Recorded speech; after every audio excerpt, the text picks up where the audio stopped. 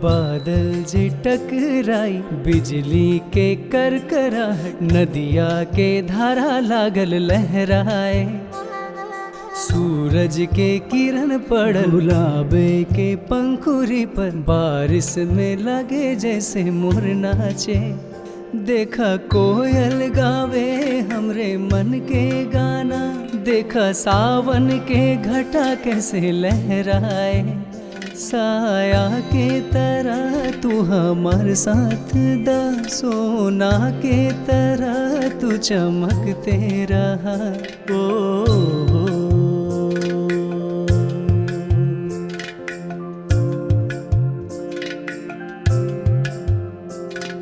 चांद जैसन तू लागेलू, सुकून मिले संगीत में। चांद जैसन तू लागेलू, सुकून मिले संगीत में। हमेशा मिली एवा शुद्ध जल, बारिश के पानी से मिली गाँव के जल। सोना में लागे हीरा के तरह तू, आसमां में पंछी के तरह उड़त रहा। बादल जे टकराई बिजली के करकराहट, नदिया के धारा लागल लहराए। सूरज के किरण पड़लाबे के पंखुरी पर, बारिश में लगे जैसे मोर नाचे।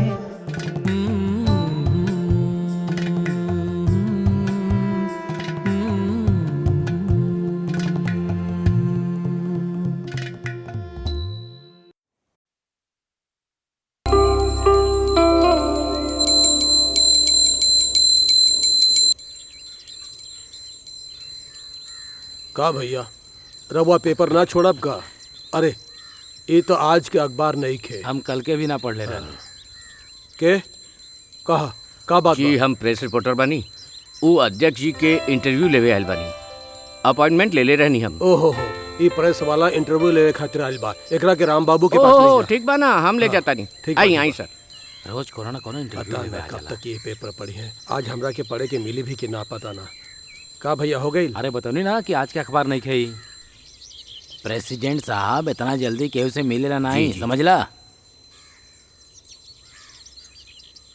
ऐजा बैठा बैठा। जी धन्यवाद।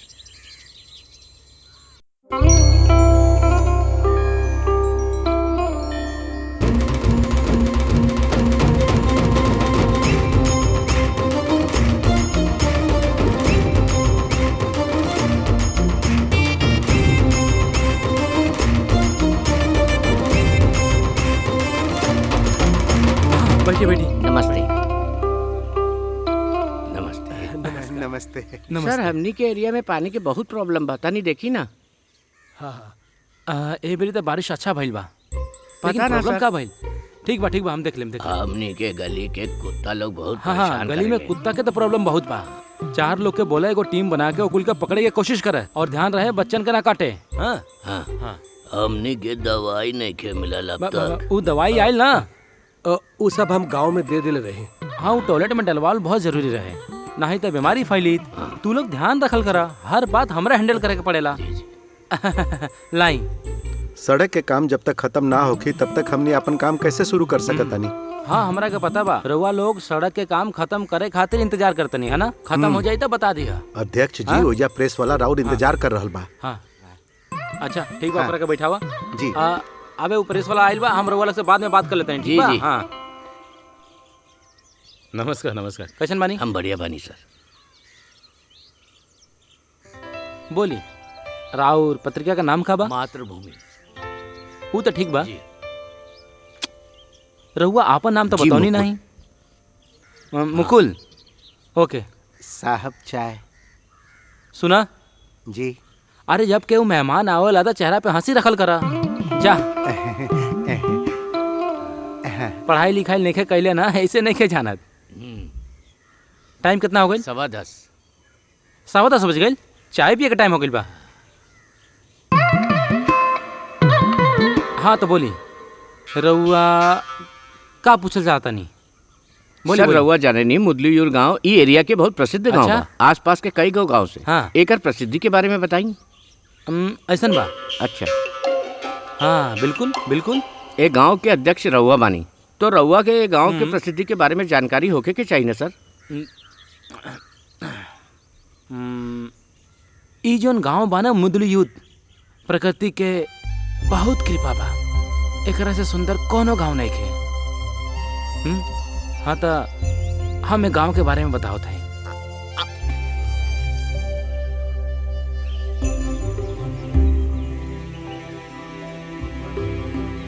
पहले गांव में कुछ भी ना रहल। चारों तरफ सिर्फ तालाब ही तालाब और पानी ही पानी रहे। और तालाब भइले से यहाँ मछली, मगरमच्छ और बहुत जीव जंतु रहे लगले। ओकरा बाद धीरे धीरे लोग यहाँ रहे खातिर आवे लगले और उ लोग के पालन पोषण ई मछली द्वारा होखे लगल।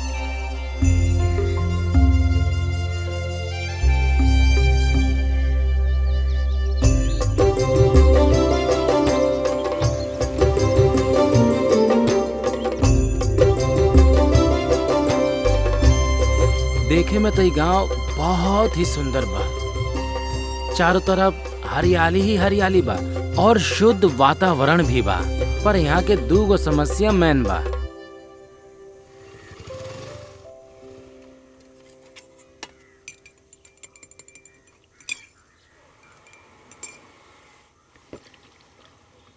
चाचा एगो चाय। जमाल एगो चाय ले आओ। हाँ तनी टाइम लगी, लावा तनी। गन तीन साहब गो का चाय। चाय के। जमाल 3 हाँ, चाय हाँ। और ले आवा। चाय आ रहल बा। ई बताई रवा लोग कहाँ से आइल बाड़न? यहाँ के तो नहीं खेल लागत। गीला चाय। चाचा हम मित्र भूमि पत्रिका से आयल बनी। हमके पता लगल कि गांव के सबसे बड़ा समस्या हाँ। शिक्षा के बा। यही खातिर हम लोग के घर जा जाके हम ये समझाओ के कोशिश करत तनी कि पढ़ाई कितना जरूरी बा।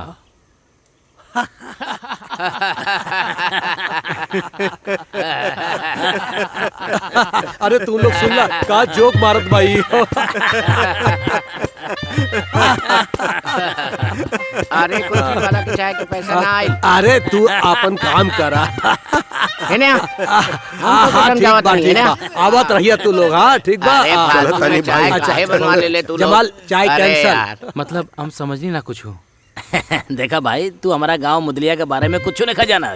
यहाँ जितना लोग रहेला ज्यादा से ज्यादा अनपढ़ बा। इन लोगन के पढ़ाई के बारे में समझावे के का फायदा? कुछ लोग तो पढ़ा लिखल हुई है ना, वो लोग के तो समझावल जा सकेला। हाँ समझावा, समझ जाई तो बहुत अच्छा बात बा।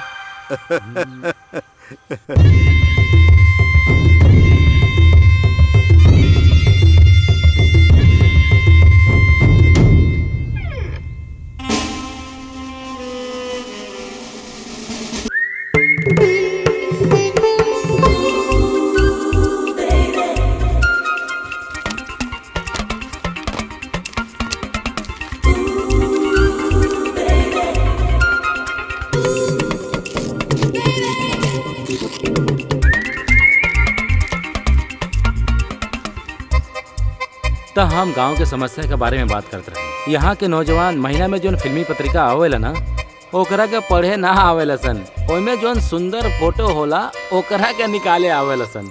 हम लोग जब पढ़े लिखे के बात करे नहीं जाना तो उन लोग के पास बस एगो बहाना होखेला। ए गांव में पढ़े लिखे के सुविधा कहाँ बा? यहाँ पढ़े खातिर बस एगो छोट सा स्कूल बा, वहाँ भी बस गिनती के बच्चा पढ़े आवेले। अब रउए बताई एगो स्कूल में कितना बच्चा पढ़ावल जा सकेला? यहाँ के स्कूल के अपग्रेड करे के काम पंचायत के ही बाना, ऊ काहे ना भाई? अरे ओकरा के अपग्रेड करावे के काम पंचायत के नहीं खे, वो तो स्कूल कमेटी के बा।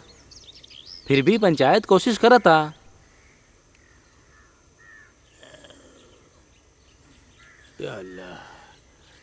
सुर सुर, हाँ अरे बिना दूध के चाय ले आवा। अभी लावतानी।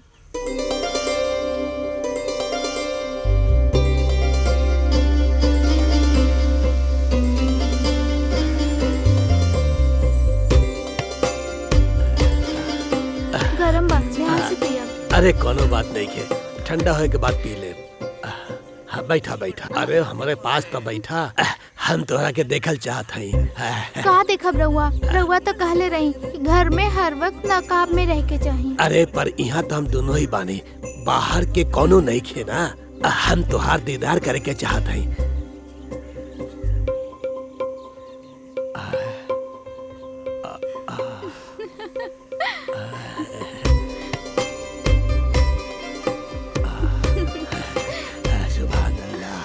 कितना खूबसूरत बाड़ू तू, एकदम चांद के टुकड़ा जैसन। हमर पहला दू बीबी हमरा के छोड़ के चल गई, लेकिन हमरा ओकर कोनो गम नहीं खे, काहे कि हमरा के जन्नत के परी जो मिल गई बा। देखा, हम तोहरा के खोवे के नहीं खे चाहत, यही से पर्दा में रह के बोला तरे। अब दुनिया कैसन बा ई तो तू जानत बाड़ू। चाचा जान, चेहरा ढका, जा अंदर जा जा जा। ई हा ये गांव के तकलीफ। बुढ़ा के तीसर की बीवी है जेके शक्ल सब केहू देखल चाहता। पढ़ाई और स्कूल के फिक्र बा, हाँ? सब लोग बस ओकरे दर्शन करल चाहता ने। अब ये गांव के दूसर समस्या के बारे में सुना। ये गांव में टॉयलेट नहीं खे। यहाँ के लोग तालाब के नजदीक कहीं भी बैठ जाला। अब जवन गांव में जरूरत के सुविधा ना होखे तो वहाँ के लोग पढ़ाई के बारे में कैसे सोच सकेले। अब जौन भी समस्या होखेला वो अध्यक्ष के पास चल जाला। अब ओकरा पास कोनो जादू के तो छड़ी नहीं के ना कि सब समस्या सुलझा दे। हाँ? अरे अरे मत मारी, अरे मत मारी, पैसा निकाल हमार, मत मारी, पैसा निकाल हमार, छोड़ पैसा दे, खा गई तू हमार, मत मारी, निकाल पैसा हमार। हम छोड़ब ना तोरा के। अरे छोड़ब ना। मत मारी, मर जाएगा। छोड़। एक तो पैसा नहीं के दे, ऊपर से नहीं करेला।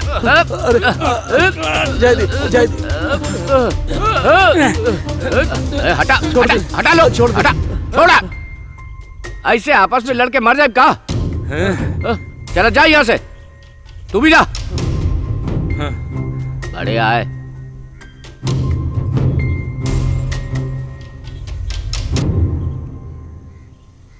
बैठा, अरे बैठे ना।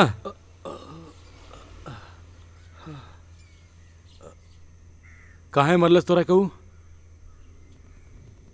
ओ हमरा से जब मिली हमरा के ओकरा के पैसा देवे के पड़ी। सिर्फ इतना बात खातिर तो ना ही मरले होखी तोरा कहू? ओकरा के लगा था कि हमार चक्कर होकर माई के साथ चलत बा। ऐसन बात सुनी था केहू बीमारी तोरा के। पागल बाऊ, हमरा पास पैसा नहीं है, यही खातिर वो हमरा के मारलस। हम अगर पूरा पैसा कोनो बात नहीं, चुका दिया भाई। लेकिन ई जन थोबड़ा बिगड़ल बा ओकर का होई?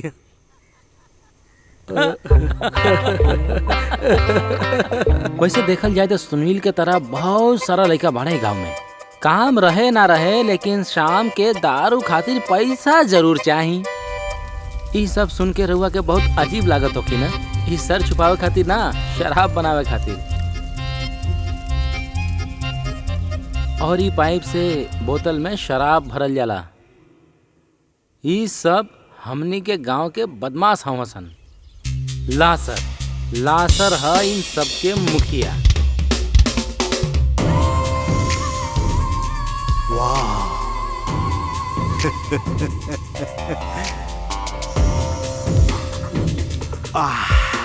ये तो कमाल के बा बसंती। हाँ, कमाल तो होगी ही। एकरा पहले का कम कमाल की रोहनी साहब जी। जरूरत के सभे सामान हम दिला दे, बस तू यही तरह हमार ख्याल रखिए। का साहब रहुआ भी ना। वो जो पैसा ले ले रहे ना दी का? थोड़ा पैसा दे ले रहे साहब, पर वो अब आगे एक भी पैसा देवे से इनकार करेला। हम पूछनी काहे ना दे रहल बा तो हमरा के मारल साहब। देखी हमार हार भी टूट गई। तू साथ गई रहले ना? हम तो उस समय तो ये ऐसे वहाँ से भागले रहे, तो अगर ओलंपिक में भागते ना तो मेडल मिल जाए साहब।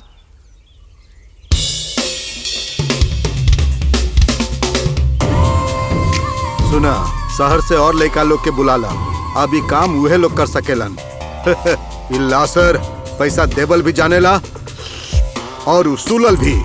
चला। ठीक बा साहब, ठीक बा साहब।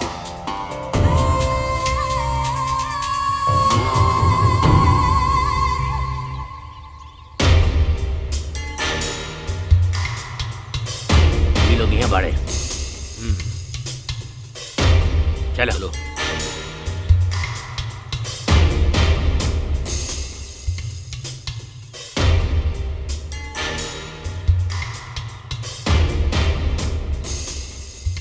अरे वहाँ तो 4-5 लोग बड़े, एक लोग कैसे अरेस्ट कर लिया? रुका, हम कुछ सोचा था नहीं। अगर हमनी के साथ में अटैक करल जाए तो कर सकल जाला। अगर हमनी के पहुंचे से पहले भाग गए सन तक का करल जाए? हम भी तू लोगन के साथ बनी। जब हम 1 से 3 गिनब तब तू लोग अटैक कर अरे दिया। साहब, राउर 3 बोले के बाद हमने क्या करे के बा? चुप ना रह सकल का? 1 2 3 चलो, कमान कमान, आजा आजा आजा। पकड़ा पकड़ा, कोई बच के ना जाए, केहू बच के ना जाए, पकड़ा। चल छोड़िए साहब, हम कुछ ना कहेंगे। छोड़िए छोड़िए साहब, गाँव में चला आज ना चला बच साथ में। पाइबा संतानी के। चला चुपचाप, अरेस्ट कर हाँ? के। गैर कानूनी काम करता रसन। हाँ? चला चुपचाप, चला। चला सन जल्दी, नाटक लेके करे के चल। चलत बानी ना साहब जी। ई स्लो मोशन में जौन कूदत बड़ा सन, यहाँ जौन कुछ भी भइल बा ना, वो फसाद के जड़ इहे 3 लोग बाड़े। मेंबर कैमल, मछली वाला अब्बू, और जौना के लगे कब्बो कोनो काम ना रहेला उहा सुधाकर। हमार प्यारे देशवासी लोग, हमने के गांव से लासर के शराब के दुकान बंद करावे में सफल भइलन। ई पंचायत के मेंबर हम एकरा खातिर बहुत खुशी हो रहल बा। ई अभियान में जौन जौन लोग शामिल रहन उनका के हम अपन तहे दिल से अभिनंदन करत बानी। अब एकरा बारे में 2 गो बात और कहे खातिर हम यहाँ अब्बू के बुलावत बानी।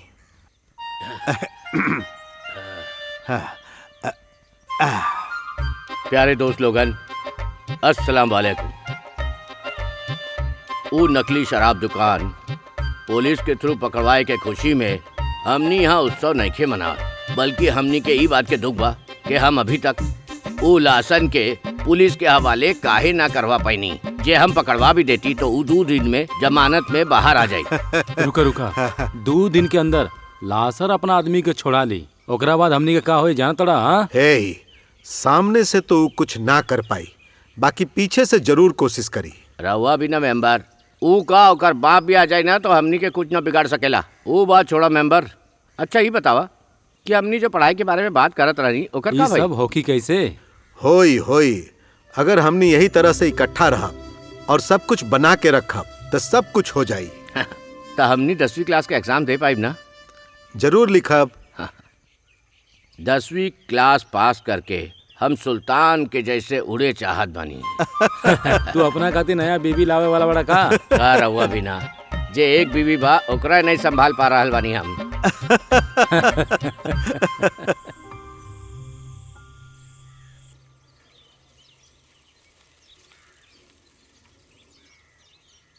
मची मची मची ऊ ऊ मची मची मची जल्दी आवा मछली ले जावा, जल्दी आवा अरे मछली ले जावा। हमेशा लेट आवेलू कल्याणी। मच्छी एकदम ताजा बा। पिछला बार कम देले रहला, ई बार ज्यादा दी है। का बेच रहल बानी भैया? मच्छी रउआ का सोचत रहन कि हम रउआ खातिर काले के आए? ई तो मरल मछली लागता। का कहता रू? अरे ये देखा ही जिंदा बा। हम हमेशा फ्रेश मच्छी ही लावे नी। हमार पकाई मच्छी के स्वादे अलग होला। पकाई खाई। ए, एकरा पकावे खातिर मिर्च मसाला इन सब चीजन की जरूरत होखेला। ये तो रउआ के ही करे के पड़ी ना। पैसा दा। ओहो, पैसा काल दे दे, शशि बाहर गइल बा। त कल मिली पैसा। हम कितना बार कहने कि उधार मत दिहल करा, और माची रउआ भी उधार मत लिहल करा। बेइज्जती होखेला ना एमे। अरे इसमें बेइज्जती के का बात बा? मच्छी खा ली, पैसा कल दे दी है। चिंता काहे करत ताड़ू? कल्याणी कहाँ से लाइल बड़ू ऐसन बहू? मच्छी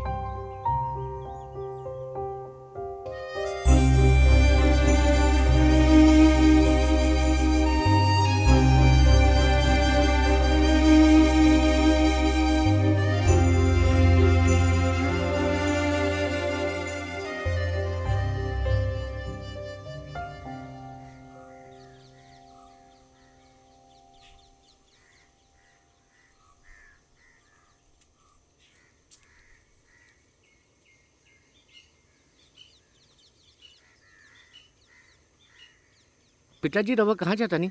हम तालाब के पास जाता नहीं। ज्यादा देर मत करिए, जल्दी आ जाइए। ठीक बा। अब पिताजी वो किराना वाला के पैसा देवे के बा, तो रवा पैसा छोड़ दी, हम जाते जाते दे दे। लेकिन पैसा तो ठीक बा, कोनो बात नहीं के, हम भास्कर के बोल दे, वो दे दिए। देखा था नहीं, पहले के पैसा पे बाकी बा। इनकर कोनो बात समझ में ना आवेला। हम पहले ही बता चुकल बानी कि जेकरा पास कौनो काम ना होके ऊ हा सुधाकर भाई। इनके घर परिवार भी बा, लेकिन उहे सबसे बड़ मुश्किल बा। बेटी दवाई लेवल मत भूलिए। अभी लेके आवत आनी।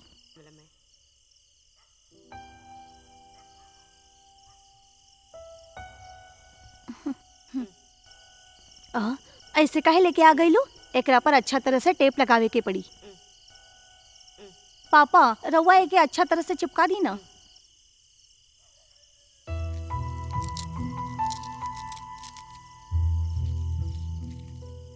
यहाँ रख दी दीदी। यहाँ ना साइड में रख दो। ठीक बा। बेटी पापा के साथ ले जाए के वीजा ना मिली का? हाँ, कैसन बात करेलू? हम वहाँ लोगन से कहले रहनी कि हमार पापा बहुत बड़ा इंसान बाड़े, बाकी पापा के तो ABCD भी नहीं खियावेला। ये खाली हम ही जाने नी।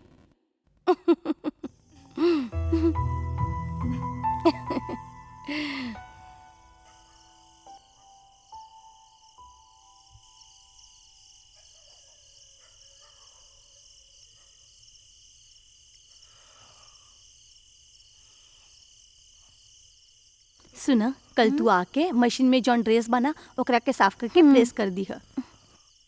ई तू रख ल। बसंती बेटा, हाँ पापा के टाइम से खाना दे दिया। उनकर BP और शुगर बढ़ गई बा। हम जरूर ख्याल रखब, रउआ टेंशन मत ली। यहाँ रख दी दीदी। हाँ रख दो।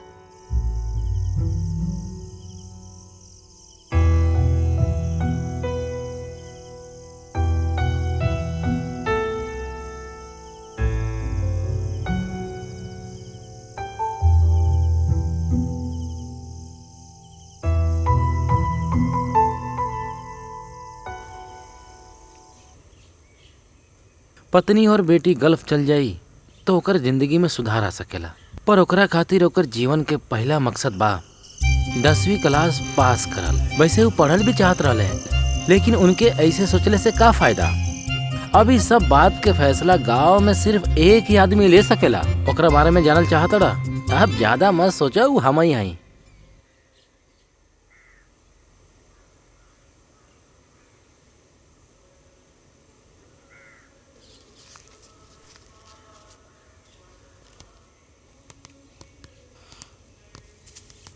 नमस्कार। तो भैया रउआ का फैसला कैले बनी? देखी हम ही फैसला कैले बानी कि जरूरी नहीं है कि 7th क्लास पास कल जाए। हम तो कहत बानी कि उनका सीधे 10वीं क्लास पास करा दिया। पर वो कैसे? डायरेक्ट एग्जाम दी है और जब 10th पास कर जी है तो उनका सर्टिफिकेट भी मिल जाई। अब रउआ बोली 7वीं पास तो होके कहीं पड़ी, हम ना कर पाई। हम तो हर बार 5-10 नंबर से फेले हो जाने। ऐसन बोली कि रुआ पढ़े के ही नहीं चाहत। अरे भाई, जब पंचायत के अध्यक्ष ही 10वीं फेल होखी तो सोची पंचायत के का होखी। प्रेसिडेंट सब विद्यार्थी के अच्छा शिक्षा देवे के वादा कैले बने का ई के कहल 7 पास आदमी कहले 7 पास। ई सब कैसन बाकी बाकी बात करत अड़ा। ठीक बा, देखा कितना अच्छा बोर्ड बनल बा। हाँ, बोर्ड तो अच्छा ही बनल। हाँ, बोर्ड तो बहुत अच्छा बा। बहुत बढ़िया बोर्ड बनले बड़ा तू। हाँ, एक बोर्ड पर तो ई लिखल बा कि हमने 10वीं के एग्जाम डायरेक्ट पास कर सकीले और ऐसन वादा भी कइले बा। आवेला तो नेता लोग तो बोर्ड लगेबे करेला। ई कौन सा बात? अरे ना ना, ऐसन बात नहीं कहत रहले ए गांव में पढ़ावे खातिर कोनो मास्टर आइल बा। हाँ आइल तो बा। वो देखे में एकदम फिल्म एक्टर ममूटी जैसन लागत बा। कितना अच्छा होई कि हम लोग भी पढ़े चल जाई। अरे तू लोग का पढ़बे, तू लोग तो 7वीं पास भी नहीं खे। ठीक कहता नहीं ना। पहले 7वीं पास करा, ओकर बाद 10वीं के सपना देखिया।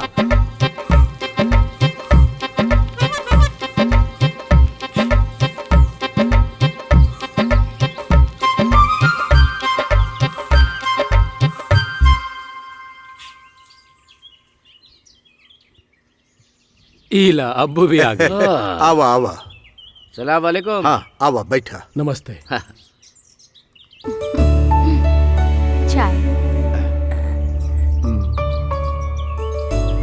बेटी भी है ना ना, मेंबर के बेटी तो गल्फ चावे वाली बा। एकरा यहाँ ये खातिर छोड़ दिले कि एकरा गल्फ में कोनो काम ही ना मिली। बतावा, गल्फ वाला भी मेंबर के छोड़ दिले एक खातिर ये इहे बा। हम बगल वाला घर में रहेनी, यहाँ आइल मेंबर्स के हम ख्याल रखेनी।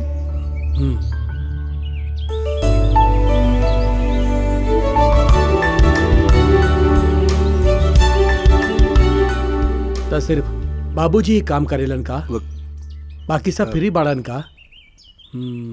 क्लास कब से शुरू होगी? क्लास शुरू करे खातिर अभी और लोगों के जरूरत पड़ी। काबा की ए गांव में 7वीं क्लास पास लोग बहुते कम बाड़े मास्टर जी। तू लोग ई उम्र में काहे 10वीं पास करे के चाहत बाड़े? भलाई के खातिर का हमने के पढ़ सकीले? पढ़ाई तक कौने उम्र में कइल जा सकेला। हाँ?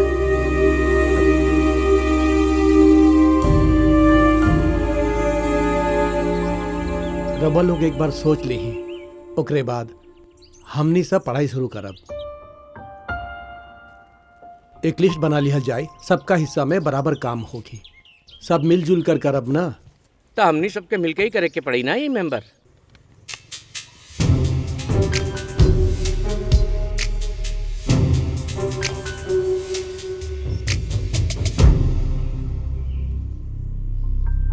हे, तू अपन काम करा।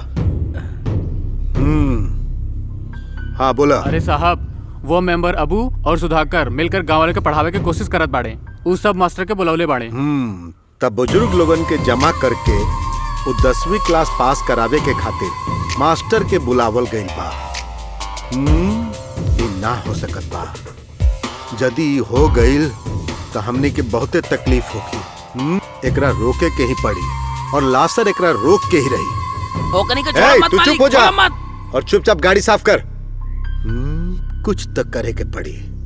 देखी मास्टर जी, गांव के 3000 साल पुरान मंदिर बा। एक गांव के सारा बड़ त्योहार एजे मनावल जाला। मंदिर ही नहीं, बहुत कुछ बात देखे के।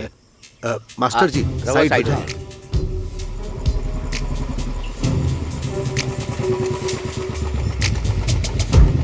हाँ सुधाकर, नमस्ते। खुश तो बाड़ा ना? हाँ, अरे वाह, सुननी की तू लोग बहुते अच्छा काम कर रहा बड़ा। एगो बात हमार समझ में ना आइल अब्बू, आजकल तू समाज सेवा बहुते कर रहा बड़ा, मछली के धंधा बंद कर देले बड़ा। अरे हाँ, रउए आइल बानी का पढ़ावे खातिर मास्टर जी? इनका से हमार परिचय भी तो करवा दा। कोनो बात ना, हम खुदे कर लेत बानी। आई मास्टर जी। एजा के लोग सही ना बढ़न, हमहू सही आदमी ना बनी। यही से रुआ के सावधान करे के चाहता नहीं। ये पढ़ाई उढ़ाई के चक्कर छोड़ के रुआ अपन घरे चल जाए, यही में राउर भलाई बा।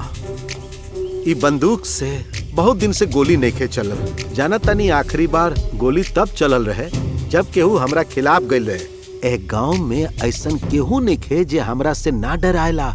हमार बात मानी और अपन गांव चल जाई। लासर भाई, हम राउर बहुत इज्जत करेनी। जे रउआ वापस जाई तो राउर वापस लौटे के इंतजार करे वाला यहाँ केहू नहीं खे। अब हम ई गांव से कहीं नहीं जाए, हम अपन काम पूरा करके रहब। लासर भाई रउआ चल जाई, यहाँ धूप बहुत बा।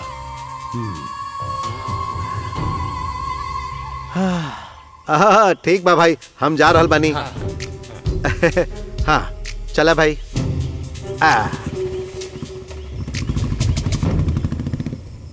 चली अब चलल जाए। स्कूल खातिर हमने के हाजिर से कब मिले के बाद? हाजिर क्या, चल के ही बात करल जाए ना।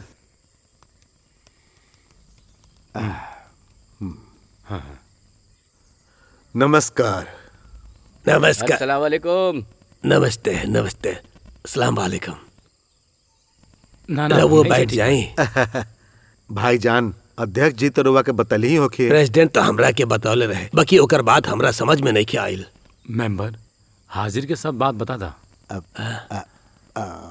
भाईजान, उक्का बाकी ए गांव में 7वीं क्लास तक पढ़ल तो बहुत लोग बाड़े। पहला बारी गांव के लोगन के 10वां क्लास पास करे के मौका मिल रहल बा। अरे तो अच्छा बा, मौका मिलल बा तो पास करा। तोहरा के रोक ले बा? हाँ, पर हमनी के भी पढ़े के चाहिए ना हाजिर भाई। हाँ, पढ़े के चाहिए और 10वीं के अब एग्जाम एकरा भी पास खातिर करे के भाईजान यदि हाजिर स्कूल में सुविधा करी तो कैसन रही? अरे हमरा स्कूल में कहाँ इतना जगह बा। हमनी के पढ़ावे खातिर एगो मास्टर के लिए आइल बानी जा। अगर रउआ जगह देम तो बहुत दया होई राउर। अरे ई कैसे होके? ई नहीं हो सकत भाई। ओजा तो छोटका छोटका बच्चा लोग पढ़ेलन, रवा लोग ओजा कैसे पढ़ पाए? ठीक कह रउआ रहल बानी हमनी के ना? खाली शनिवार और रविवार दे दी। अभी तो बच्चा लोग के स्कूल के छुट्टी भी बा ना। हाँ। ऐसन बात बा तो ठीक बा। जौने क्लासरूम में बच्चा लोग ना ठीक बा। पढ़ेलन हाँ। ओजा तू लोग अपन स्कूल खोल ला। ठीक बा, ठीक अब बा। खुश बारे तू लोग कौने परेशानी तो नहीं खे ना? ठीक बा। अच्छा, नमस्कार। धन्यवाद भाईजान। अच्छा भाई, वालेकुम शुक्रिया सलाम। शुक्रिया। हाँ, अस्सलाम वालेकुम वालेकुम। सलाम। हाँ। अच्छा हुआ हाजिर सब बात समझ गेले। हाँ। सुनिए जी। अरे तू ऐजा रुक, हम अंदर आवता नहीं। अरे सब कोई तो चल गई ना। हाँ, चल तो गई। अरे जब तक हम ना कहीं तब तक तू घर से बाहर मत आयल कर। हम केहू के ना देखनी, बस आवाज सुनत रही। अरे अब तू अपन ही नकाब नीचे करा, कभी भी केहू भी आ सकेला। दरअसल का बा, हमार बीबी के चेहरा हमेशा ढकल रहे, इहे हम चाहत बनी। हमरा खातिर इतना भी ना करबू। रउआ से बात कर। का बात? हम 10वीं तक पढ़ाई कइले बनी, हमके और आगे पढ़े के बा। अरे हमार खुद के स्कूल बा, फिर भी हम खाली 4वीं तक पास बानी और तू कहत बाड़ू कि तोहरा के 10वीं पास करे के बा। हम आगे पढ़ाई करे के बा और हम जरूर करब। अगर वो हमके रोकनी तो दूसर बीबी देख ले अपना खातिर। अरे अभी भी दूसर बीबी के धमकी दे रहल बिया। या अल्लाह, अब ए उम्र में दूसर बीबी कैसे लाइव? आजू ना आइल का? ओकर घर में काम चला था, ये खातिर वो कुछ दिन तक ना आई।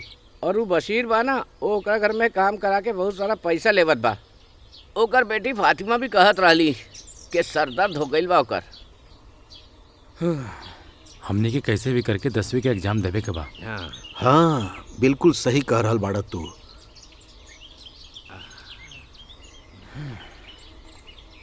अच्छा सुनो, हम एगो लिस्ट बनैले बानी।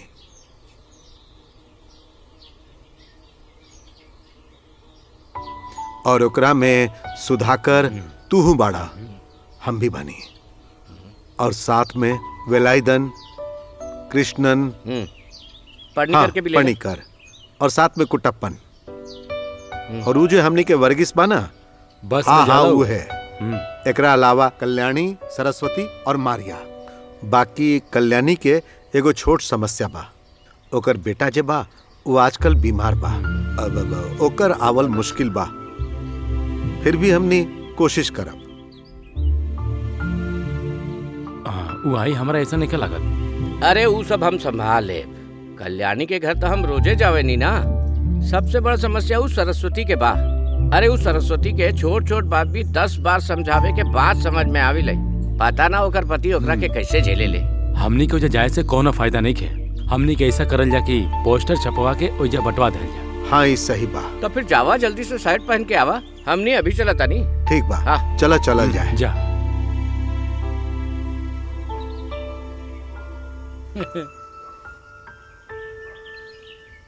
ठीक बा, ठीक बा। नमस्ते। ई के बाड़े? हमरा रुआ नेकी पहचानत? ना, हम ना पहचानी। के बाड़े? हमनी सब इहे गांव के बानी। ई इनकर नाम कैमल बा, हम एकरा के मेंबर कहता नहीं। ई सुधाकर, हमार नाम अबू। हमके माफ कर दी, हम बाहर के लोगन के नइखे पहचानत। रहुआ अंदर जाके बैठी। अबे बैठे के टाइम नहीं के, हमनी के कुछ बात करे आइल बनी जा। हम लोग सब मिलके अपना गांव में स्कूल शुरू कर चाहतनी के। हम सुनले हैं कि सरस्वती भी 10वीं पास नहीं कैले। अगर रहुआ मंजूर होके तो रहुआ भी स्कूल आ सके नहीं। और भी बहुत लोग आवता। सुनी, रहुआ अंदर जाई।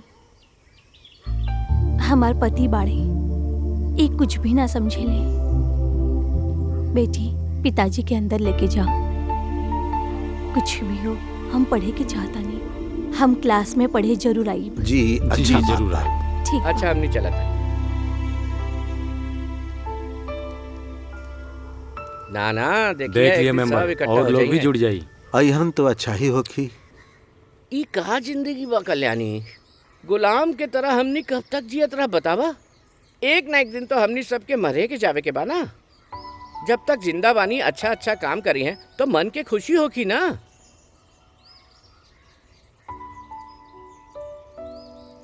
ए रउआ कैसन बात कर रहल बानी? हमके नहीं खिलाकत की शशि जी मानी। ए उम्र में ये बैग लेके स्कूल में जाई त कैसन लगी? अच्छा ना लगी ना। देखी रउआ जाई, ये नहीं खियावे वाला। माँ जी चलिए अंदर। ये मच्छी बेचे वाला का पढ़ाई करवाई? हाँ। अबू भाई हम तोहर बात सुन लेनी और हम स्कूल जरूर आए। कल्याणी हाँ? Welcome to our school. जा जा जा जा। अरे हमार मच्छी के पैसा तो दे दो। उधार खाता में लिख हाँ, लिया। उधार खाता में लिख लिया। लिख लिख के खाता खत्म हो गइल बा।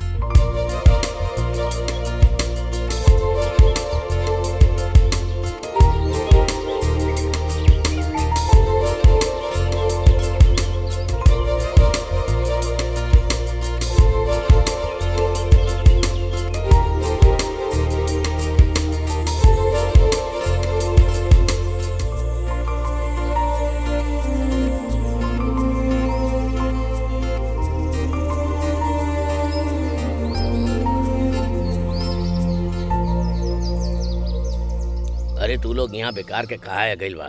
हम तो कहता नहीं यहाँ अरे कोनो ना आई। पनिकर भाई, हम इ लोगन के लेके सभे के घर पे गए रहे और उ लोगन के बुला के भी आये रहे। हमके तो लागत बाकी केहू न केहू तो जरूर आई। हमनी के मास्टर हमनी से जौन कही हमनी के करल जाई। का भइल? केहू ना आइल का? आई मास्टर जरूर आई। ठीक बा। हम तो अभी भी कहता नहीं कोनो ना आवे वाला। तू ऐसे काहे कहत बड़ा परिकर? देखिया कोई ना कोई आई। शांत हो जा बूढ़े बाबा। ऊ देखा सामने से लोग आवत अड़े।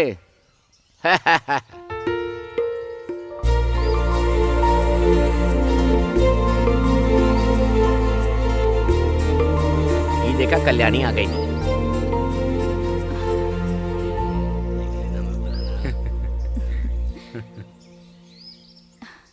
एजा ऐसे मन के शांति मिलेला ना। चल ऐसे हम भी एजा हाँ आ हाँ गए। अच्छा बात बा। चला चला, चला चला। अंदर चला।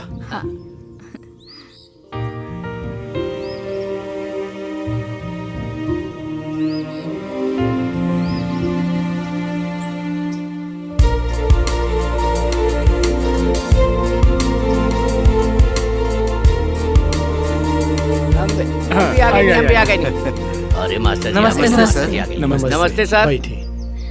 अभी केहू और आवे वाला बा कि हम चालू करी? नहीं और केहू ने के मास्टर। ई रवा लोग खातिर नोटबुक है। रवा लोग के एहे में लिखे के बा। ई ले रवो ले। हाँ रवो ले। हाँ रवो ले। एहिजा सभी उम्र के लोग बाटे और जब तक हमनी यहाँ क्लासरूम में बानी तब तक हमनी सब एके उम्र के बाड़ी। रवा लोग मन लगा के पढ़ी। हम रवा लोग के साथ बानी और जे रवा लोग करे के चाहत बानी ओकरा के पूरा करे खातिर अभी हमनी के संख्या बहुत कम बा।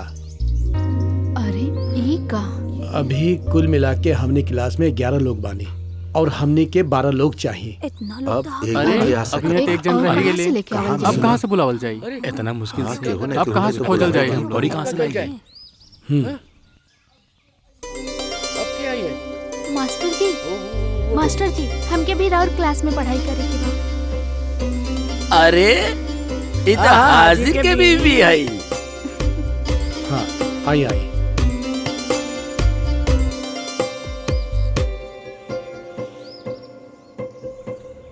अब हमने शुरू करब जा। हाँ विद्या ददाती विनयम। ता विद्या हमनी के विनम्रता सिखावेली। विद्या हमने सबके जरूरत बा। ता सबसे पहले हम रवा लोग से एक प्रश्न पूछब। ता रवा लोग में के बा जो दिल से पढ़े के चाहत बा कि हाँ ऐसा लोग बाड़े जो केवल 10वीं पास करे के चाहत बाड़े? खैर जाए दी, जब तक हमने यहाँ क्लास में बानी पूरा तरह से मन लगा के पढ़ब जा। तभी हमने सभी एके उम्र के बानी। का उम्र बा रउआ सबके? 10वीं पढ़े के उम्र बा। 16 साल।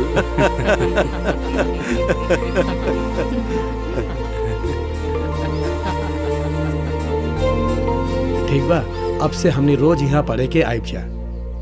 ओके अब रउआ सब हमरा साथे पढ़े के तैयार बानी?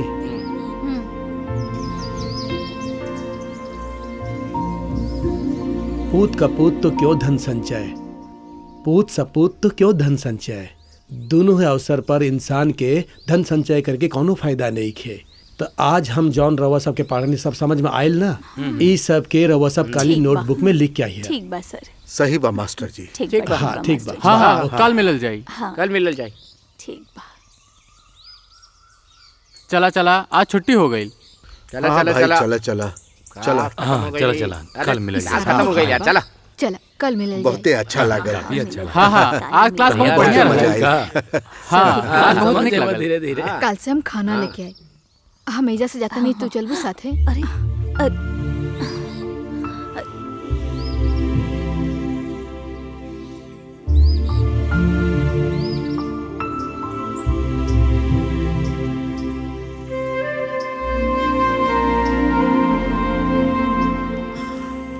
ओके हाँ ओके। हाँ हम कितना बार मना कहनी ना स्कूल में ना जाए के बा। अरे ये हमनी के माँ बुढ़ा गईली, फिर भी 10वीं पास करके 10वीं इच्छा ना पास गई करके लोग। काम पर जे जाए वाला बानी। तो घर में बेकार बैठ के का करी। तू पढ़ाई के पैसा मत दिया, हमारे पास रही तो हम दे देब। हमके पेंशन के पैसा आवेला। हाँ कैसन बात कर रहल बानी। ये पेंशन से रउआ कान के बाली लेवे वाला रहली ना।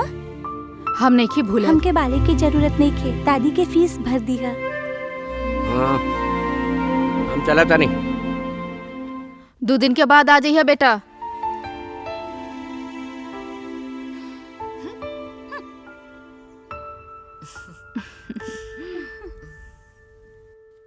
शुरू में प्रॉब्लम होखत रहे बाकी हम जीत गए नहीं तो सब मान गए। अरे तू यहाँ बैठल कुछ बाड़ा। भी हो, अरे ना अकेले वैसे अकेले मन बैठे से का लागल होई? रहेला। कुछ पढ़ा लिखा यार। एग्जाम खातिर तैयारी तो करे के पड़ी ना। हाँ हाँ वो तो बाही। मेहनत करब जा तो पास हो जाए। हाँ बिल्कुल। ओहो तो तू दोनों लोग यहाँ बैठल अच्छा बाड़ू। खुशबू आ रहल बा भाई साहब। हमार कपड़ा से ना। अरे वो जन्नते फिरदौस लगा के आयल बानी। हमार पिताजी के बहुत पसंद रहल, आज उन्हीं के लगा के आयल बानी। ला तू भी सुंगा सुंगा। हमके पसंद नहीं हाँ? दूर रखा। अच्छा अबू काम की बात तो करा। हाँ हाँ हाँ वो मास्टर जी बा ना, वो तोहरा से कुछ कहे चाहत बाड़े। हमसे सरस्वती तब तक तू हमरा साथ चला। हमके भी अरे सुने के बाद बा। में सुन लिया ना। का सरस्वती तू भी हमेशा इस सुन के बच्चन के हमके जैसे बता जिद दिया। करेलू। हाँ ठीक बा। ठीक बा तू इनके ले आजा। जा। हाँ हाँ सरस्वती जल्दी आ जाइए। हाँ हाँ आ जाइब।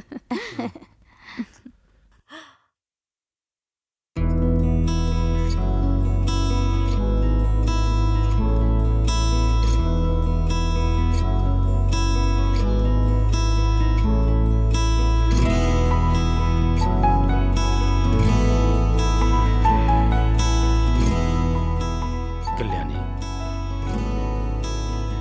का तोरा के हमारा आज भी याद आवेला या भूल गई बड़ू?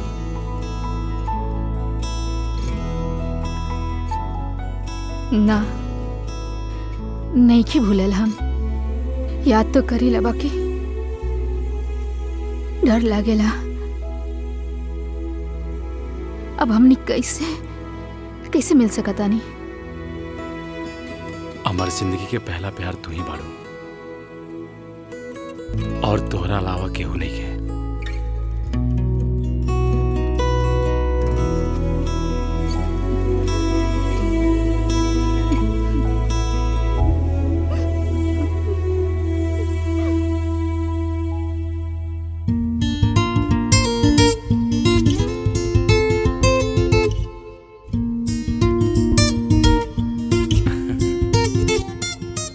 हसत काहे बानी? कुछ नहीं, बस पुरान बात याद आ गई। ये उम्र में ऐसा हरकत करेला बच्चन के जैसे। हम फिर मिला एक दिन जरूर, बात पुराना भूल जाओ, सपना की तरह वापस एक जाए एक जाए एक जाए। भूल जा तू हम फिर मिला एक दिन जरूर, बात पुराना भूल जाओ, सपना की तरह वापस एक जाए एक जाए एक जाए।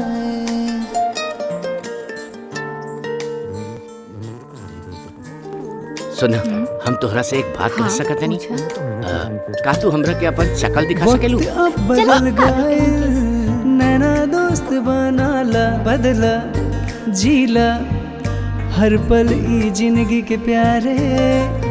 वक्त अब बदल गए नैना दोस्त बनाला बदला जीला हर पल ई जिंदगी के प्यारे। फूल की तरह खिलाते रहा तू सदा प्यार से जौन मिले नाला प्यार में प्यार से बीतल बात भुला दो। भूल जा तू हम फिर मिला एक दिन जरूर बात पुराना भूल जाओ सपना की तरह वापस एक जाए एक जाए एक जाए।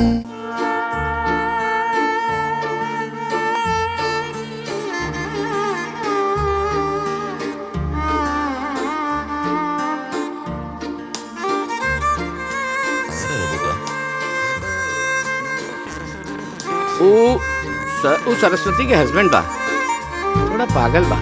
बारिश बहुत होखेदा खुल के एह में भीगा भीगा झूमा गब जिंदगी के तराना कहीं तक आई ना खुशी के बाटी जे देखा सुना अब एक साथ जियब हम ई दोस्ती हमार। खिलात रहा तू सदा प्यार से जौन मिले नाला प्यार में प्यार से बीतल बात भुला दो। भूल जा तू हम फिर मिला एक दिन जरूर बात पुराना भूल जाओ सपना की तरह वापस एक जाए एक जाए एक जाए। वो कितना सुंदर बना।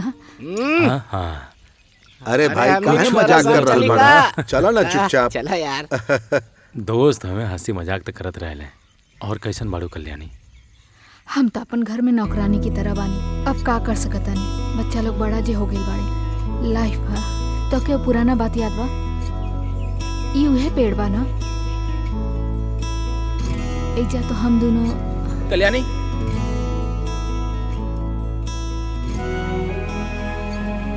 कल्याणी अरे रुका। ई तो एके गो बा ला खाना ना, तू खा ले के। हमके ना चाहिए कल्याणी। हे ना। अरे रुको। अरे लो ना खाओ। हे कल्याणी।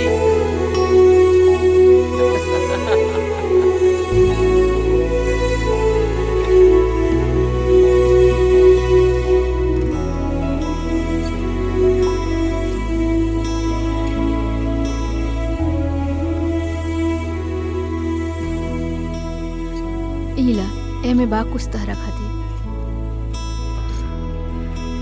एगो नहीं खे।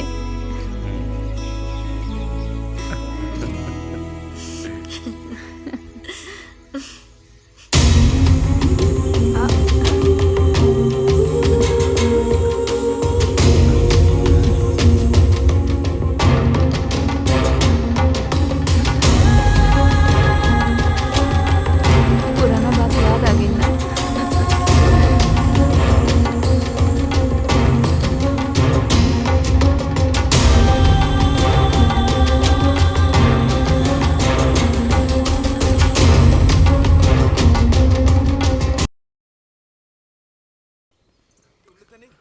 तनिका बाहर चल गेल रही। हाँ चला चला आवा। का तू लोग हाँ हाँ मास्टर जी सब जब तक लोग ना के आवेले मजा पढ़ाई तो शुरू ही ना आवते करेला। होखी जब तक मास्टर जी ना आई हैं तब तक ना पढ़बा का? कि अपन अरे बीवी तू से मिले अबहियो जा बहुते रहल बानी सुंदर रउआ बाड़ी। हाँ? से मिले जा रउआ भी ना कुछो बोलेला भैया तू भी ना बैठ जा।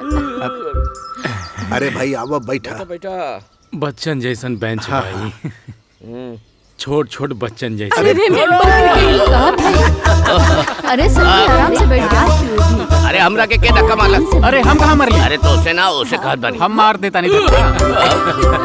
अरे अब मजा आइल। अरे बैठ जा। हाँ बैठ जा सर। सब लोग शांति से बैठ जा। अरे बैठ जा आराम से आगे बैठा, से आराम से। पंगा मत लिया। शांति से पढ़ा, हम तोरा पढ़ के ना शांति से। अरे आपस में झगड़ा काहे करते रहे लोग? शांत हो जा। हाँ भैया अरे शोर कम करो, मास्टर जी आ गए ले। अरे हम तो अपने अरे नहीं चुप वाला हो जा, चुप हो ये जा। मास्टर जी आ गए ले। मास्टर जी आ गए ले। मास्टर जी नमस्ते प्रणाम मास्टर मास्टर जी। जी। नमस्ते मास्टर जी। नमस्ते। तो अब हमनी के मेन एग्जाम अगला महीने में होए वाला बा। ओकरा खातिर रउआ लोग के पासपोर्ट साइज के फोटो लगी, राशन कार्ड और आधार कार्ड भी लगी। हाँ ले आई हमरा पास का बात बा? रउआ लोग काहे हंसत बानी? हमरो बताई, हम सब हंसब जा। हैं? ऐसन कोनो बात नहीं के मास्टर। हमार मन में तो यही सवाल रहे कि हमनी सबके फोटो तो खींचे जा सकेला, पर ई हाजिर के बीवी के फोटो कैसे खींचे जाई, ई बतावा ना मास्टर जी। बहुत अच्छा बा, ओकरा के स्टूडियो में जाए के जरूरत ही नहीं के, वो एक काला कागज लाके दे दी। देखिए तो सब हम नहीं के जानत, बाकी हमरे के फोटो चाहिए, ठीक बा? हमरा पास फोटो बा मास्टर जी, पासपोर्ट खातिर फोटो खिंचवाइले रही। चेहरा ना तो ना सही फोटो ही दिखा दिया। वैसे सुंदर ही होगी, एक न एक दिन एकर चेहरा भी देख लिया जाई। वो कैसे? लोगों में पढ़ाई के कुछ ऐसन जोश बढ़ल बा। पहले गांव में केहू के घरे पेपर ना आवत रहे, पर आजकल आवे लागल।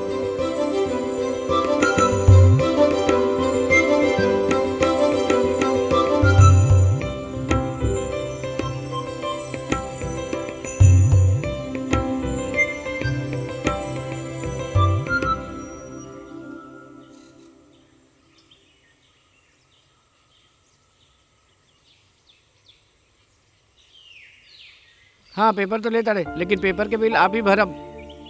ठीक बा भर देब। पिताजी रवा के ये सब करत सर में नहीं क्या आवत? इस उम्र में तो ऐसा ना करी। हम ऐसन कोनो हरकत नहीं कले तो काहे समझाओ तड़ा? हमनी के तो बेइज्जती हो रहा बा ना, इनके का पता।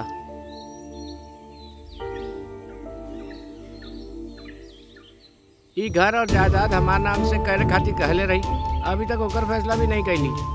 हमार बात सुना, हम ऐसन कुछ ना करम, समझ लो।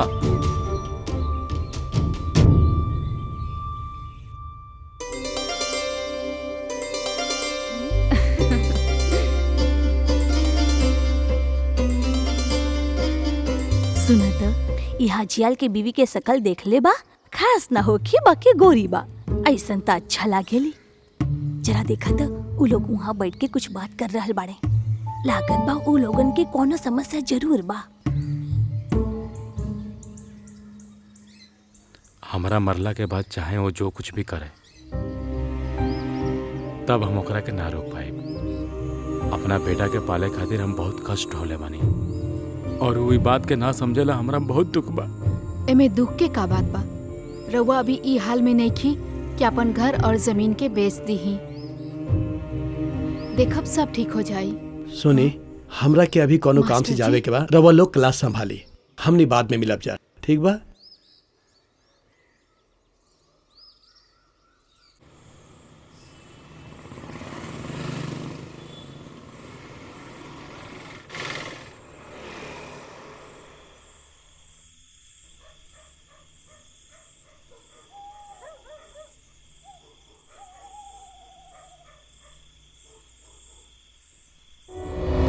अरे के बा का होता? के बा अरे सुना का होत बा? अरे अरे सुना सुना ले चला पकड़े का पकड़ा। हमर बात तो सुना। अरे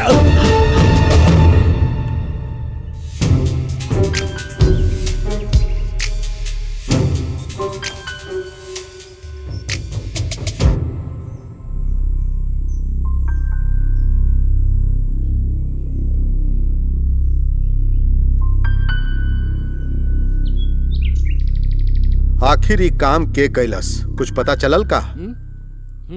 तू कुछ कहला? नहीं, हमहू कुछ ना कहनी।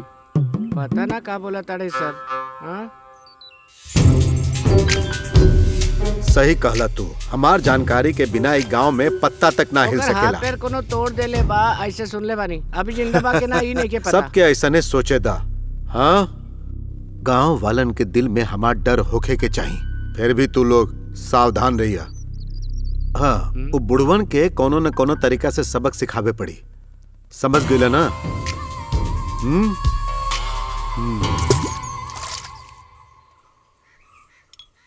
जमाल, पराठा खातिर आटा तैयार करके रख ला।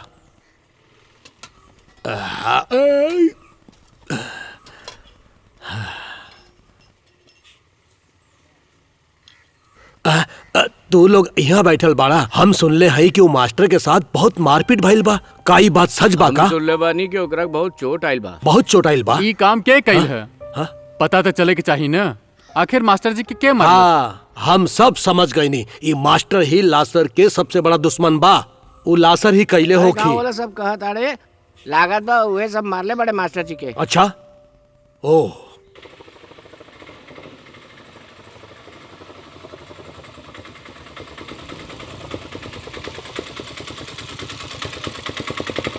हाँ बस आगे आगे रुक।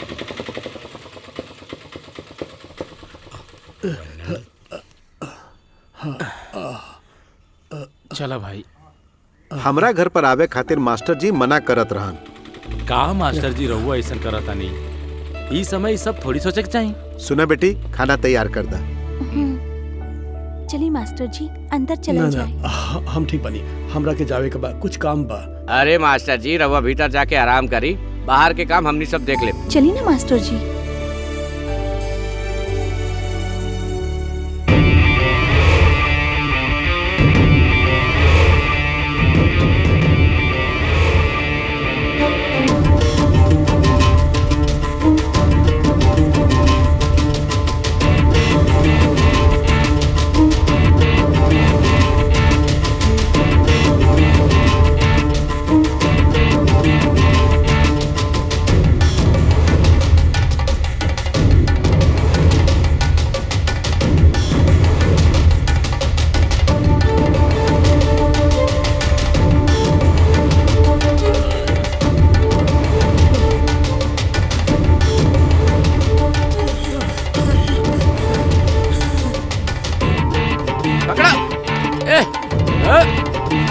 आज छोड़ब ना एकरा के।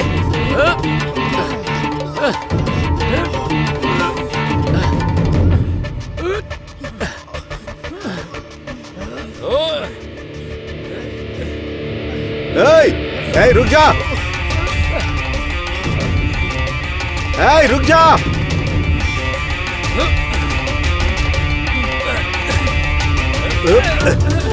ठीक से पकड़ा। छोड़िया मत। अरे आवा जल्दी। छोड़िया मत एकरा। पकड़ एकरा के। पकड़। मार एकरा के। मार। मार। मास्टर के मरले और मार। हिम्मत ले चल एकरा के। बतावा मास्टर के तो काहे मरले? बता। बोल केकर कहने पे कैलस? हम मास्टर जी के नहीं मरले।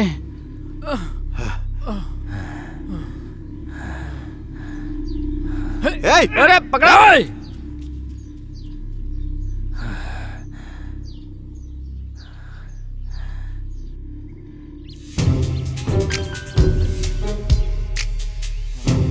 अरे साहब। चिल्लात काहे बाड़े? हाँ? बहुत मारा उन लोगों ने। तो तू ये जब मार खा के आ गई ले, तोरा पास हाथ नहीं के का? वो लोग 2-3 जन रहले। हम कुछ ना कर सके। अब उन लोगों को कुछ कर ही के पड़ी। वो लोग पहले हमार गला पकड़ लेहलस। ओकरा बाद वो तीनों लोग हमरा के कुत्ता की तरह मारे लगले। वो लोग एक एक कह के आते तो छठी का दूध याद दिला देती है। बाकी हमके तो यही खबर मिलल बा कि तू ए जन्म में कबो सुसु ना कर पाइबे। अरे का भाई, वो दोनों शेर के जैसन लागत रहलन, यही से हमें जाके बैठ गेल बानी। अब ही बात आगे बढ़ावे से कोनो फायदा नहीं है। बाकी कोनो भी तरह पढ़ाई रोके के ही पड़ी। यदि ना भइल तो हमके बहुत तकलीफ होगी। एकरा रोके के ही पड़ी। और लासर एकरा रोक के ही रही। अब्बू के कारण एक गांव में एक समय बहुते हंगामा भइल रहे और ये हंगामा भइल रहे कल्याणी के लेकर। जानत बड़ा ही बहुत परेशान हो गिल रहे और ओकरा बाद ही का कैलस तू लोग के पता बा? एक कल्याणी के लेके दूसर गांव में चल गई और वही शादी कर लेलस। फिर सब कुछ ठीक हो गई। बहुत माथापची करनी पड़ी थी। अब सुधाकर भाई रहुआ सीरियस हो गए नहीं का?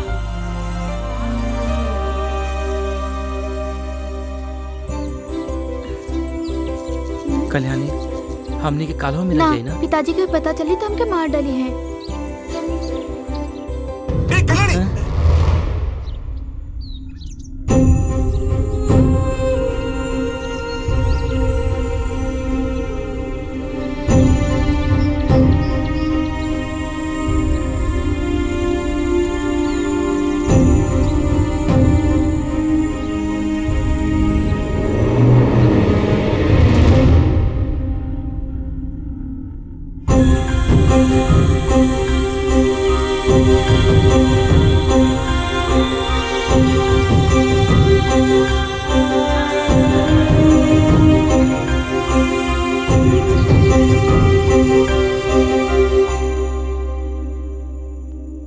हमरा लगा था सुधाकर जी कल्याणी जी भी रउआ से प्यार करेली। ये बात उनकर आंख में दिखाई देले। ये दोनों बचपन से एक दूसरे के साथ जीवे के चाहत रहले, पर उनकर ये इच्छा पूरा नइखे भइल। तो काहे ना अब हो जाए।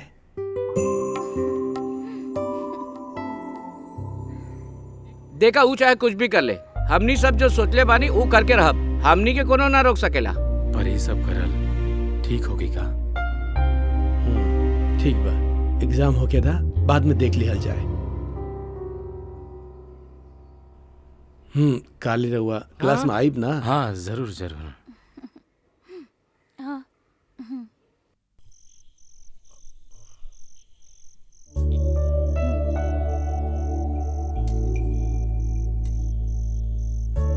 बसंती, तू अभी तक शादी काहे ना कैलू? कैसे शादी कर सकत आनी? पिताजी के लगे पैसा भी तो होखे के चाहिए ना। लागत बा हमार बियाह कब्बो ना होगी। अच्छा मास्टर जी, रहुआ अपने बारे में तो अभी तक कुछ ना बताऊली। हमार माई बाबूजी के भी लव मैरिज भइल रहे। जब हमार उम्र 5 साल के रहल, हमार पिताजी के मार दिहल गइल रहे। फिर हमार माई और हम अकेला हो गई। हमार माई हमार पढ़ाई खातिर, हमार यूनिफॉर्म खातिर, हमार फीस खातिर बहुत मेहनत करत रहली और हम उनकर खातिर कुछ भी ना कर पाइली। हमार कुछ बने के पहले ही उचल बसली।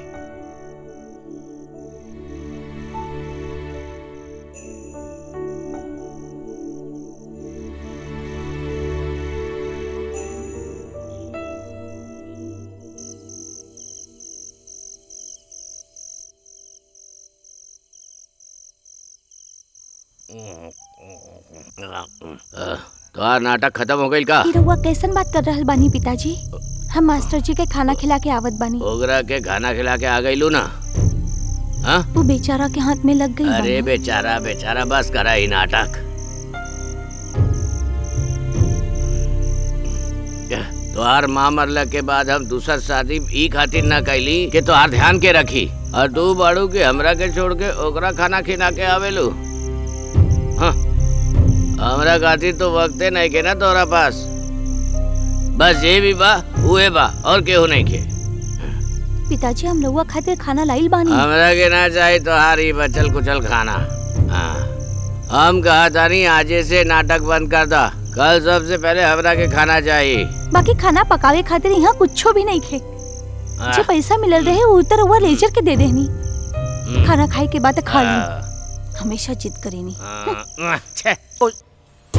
चाहे लासर कितना भी रोके की कोशिश करे, लेकिन हमने के 10वीं पास करल जाई। हाँ सर के चक्कर लग रहा है। अरे भाई हम लोग पढ़ ले तो ओकरा के का मतलब बा?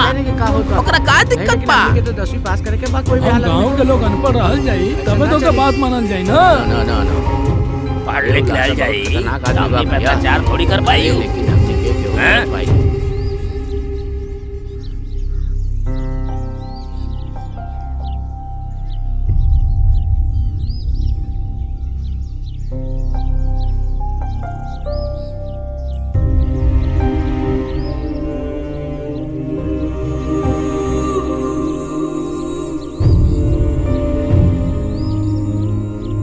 हम तो पहले से ही कहत रहनी कि वो दोनों के बीच में कुछ न कुछ तो चक्कर चल रहा बा। अब सब पता चल गई बना रउआ लोग के। अब देखो ई शशि बाना यहाँ काहे आ रहल बा।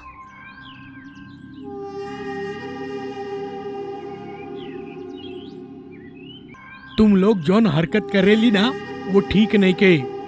तुम सबो सुधर जाई। अरे ये लोग ऐसे ना मनिया।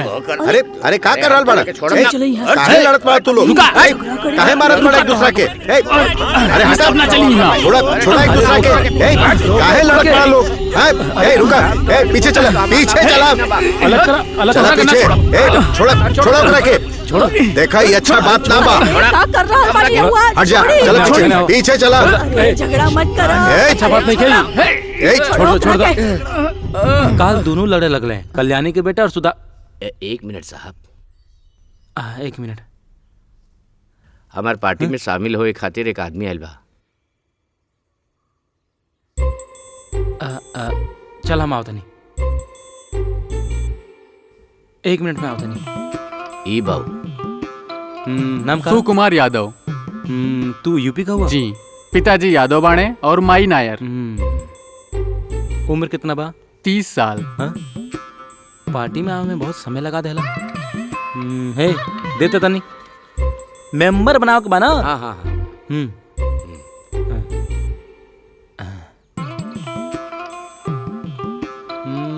आज से तू हमारा पार्टी के मेंबर। अब तू पार्टी के मेंबर बन चुकला। अब चला पार्टी खातिर काम करा जा। चल देखो इन सब के ख्याल रखिया। जा। माफी चाहता नहीं रहुआ, इंतजार करे के पड़ल। हाँ तो का कहत रहनी हम? स्कूल में मारपीट। छे पकड़ एकरा। हाँ साहब। हाँ जल्दी लाना। लावतानी साहब।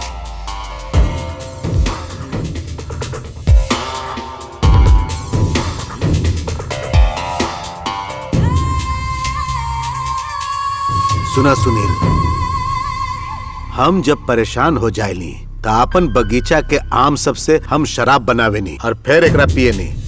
पता बा एकरा पिए से हमके बहुते शांति मिलेला। चला तू भी पिला। देखा सुनील, कैसे बताई समझ में नहीं आवत। कल्याणी के संगे तोहार पिता के कोनो संबंध बा। इस सिर्फ हम नहीं कहत, पूरा के पूरा गांव कहता। हम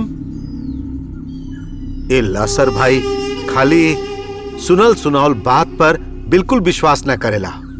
अरे करे के भी ना चाही। बाकी फिर भी गांव वाला नैसन वैसन बात कर रहल बाड़न तो एकरा में कुछ तो सच्चाई जरूर होखी ना। ऐसन बात ना होके के चाही। अगर सब लोग ऐसे ही कही हैं तो हमने कैसे जी पाई?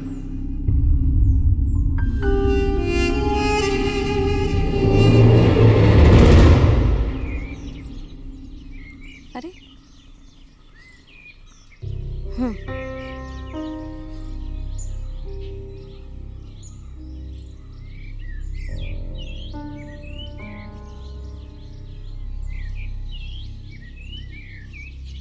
है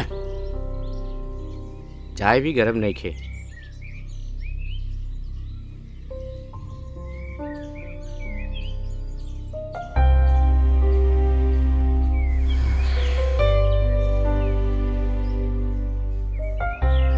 तोहर माई मरद वक्त हमसे कहले रहली हमरा बाद हमरा बेटा के ख्याल रखिया। जब वो गईली था तू हर साल के रहला बेटा। चाहे कुछ हो के हम तोहर हर इच्छा पूरा कैले बनी। हम ऐसा का कर देनी कि तू हमरा। हम रउआ से सिर्फ एक बात कहल चाहता नहीं, आज के बाद रउआ स्कूल ना जाए और वो औरत से कोनो संबंध ना रखब। हमरा के बिल्कुल पसंद नहीं खे। लोग सब कैसे कैसे बात करेला, रउआ घर में ना रह सकेली।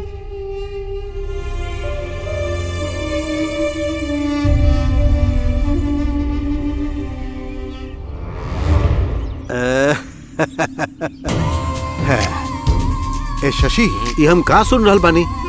तोहार माई के बारे में गांव वाला का बकत बाड़े? तू एकरा के अच्छा तरह समझाओ ना। तू एकरा समझावे ला काहे ना? ये अच्छा बात ना बा। तोरे को जवान बेटी बिया तो ओकरा बारे में सोचा। अब ओकर का होखी?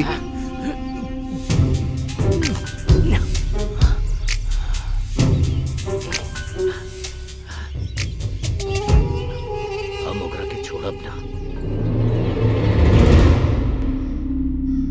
एक चाय लावे खातिर कहले रही, अभी तक आइल काहे ना? अजय ला रहल बानी, हमरा के खाली 2 हाथ बा। मालूम ना कितना चाय पियले।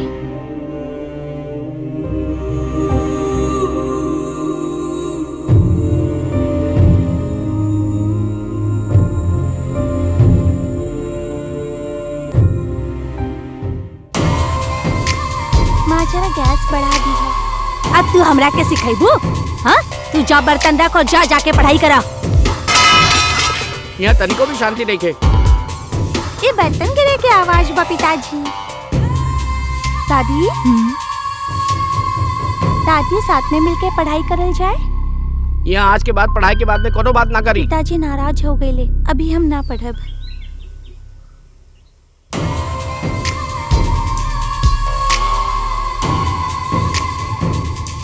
माँ, पिताजी बाहर जा रहल बाड़े। हाँ, जा रहल बाड़े तो जाए दो। यहाँ रही तो चिल्लाई। यहाँ सब लोग हमके दुख देवे खातिर ही बैठल बाड़े। जरा भी अक्ल नहीं थी कि होंगे। हाँ।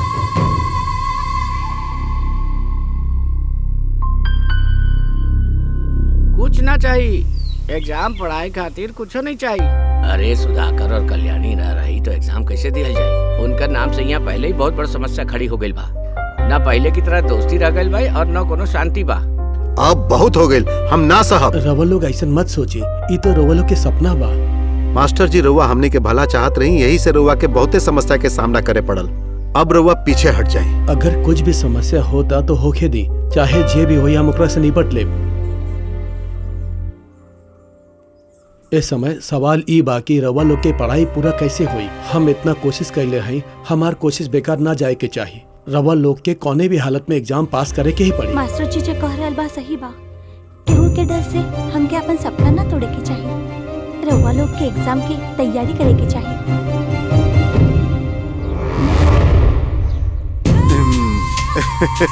कैसन लागल लासर के खेल? हाँ, पढ़ावे आयल है, हम तो ओकरे पढ़े के सिखा देनी। हमरा से पंगा ली। ओ दिन हम ओकरा के जाए खातिर कहले रही, लेकिन वो हमार बात ना सुनलस। कहत रहे हमके बुजुर्ग लोगन के शिक्षा देवे के बा, सबके पास कराए। ये पकड़ा। अब देखा जाए वो लोग कैसे एग्जाम दे पाई। क्लास बंद करके अगर एग्जाम दे दिले तो का करब साहब? ऐसा ना होखी, कहे कि जब तक कि लासर ना चाहे, एक गांव में इतना हिम्मत केहू में नहीं खे।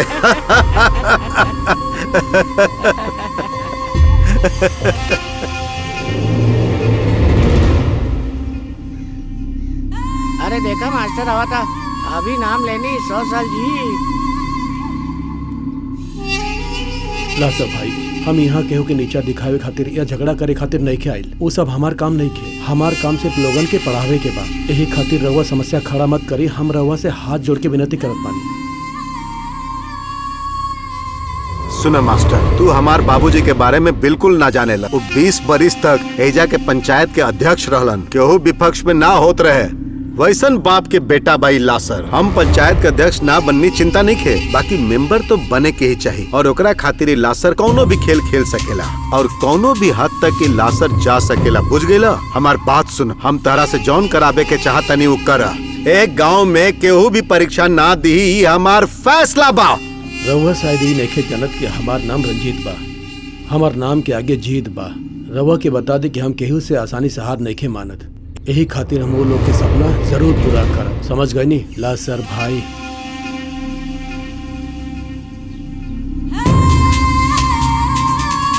साहब जी, चला हटा। ऐसन हो कि ई बात हम कबो ना सोचले रहे। ए सब के वजह उ लासर ही बा। अरे हाँ यार, अगर लासन हमार हाथ में एक बार लग जाए ना तो गीला बाम्बू से मार के जान से मुआ दे बोकरा के। अरे वो लासर बहुते ताकतवर इंसान बा और हम तो सुनले बानी कि वो बाहर से गुंडा लोग के भी बुला ले बा। हमनी सब इतना चाहे नहीं मेंबर। हम सब एग्जाम दिखला के बाद सबके सामने सर उठा के छी बाकी हमनी सब जैसन सोचे नहीं वैसन कब वो होखेला ना। हमनी सब तो अपने तरफ से पूरा मेहनत करत बनी। अब ऊपर वाले के काम मर्जी बा देखा था। अरे अब्बू, मास्टर जी कहले रहन ना कि चाहे कुछो हो जाए हमने एग्जाम दे के ही रहा। अब चला।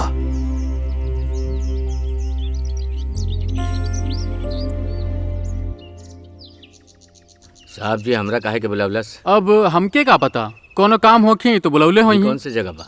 आजकल हमरे साहब बड़े बड़े लोगन से यही मुलाकात करेले। आवा आवा, तू काहे घबराता है? साहब ये आ गईले। बैठा। हाँ हाँ बैठा ना। आवा बैठा बासु, बैठा।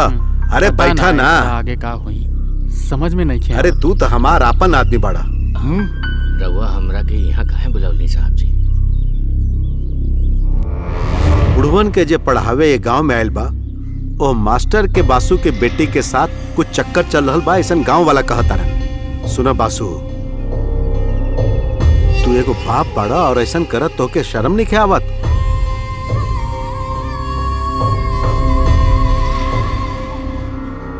हे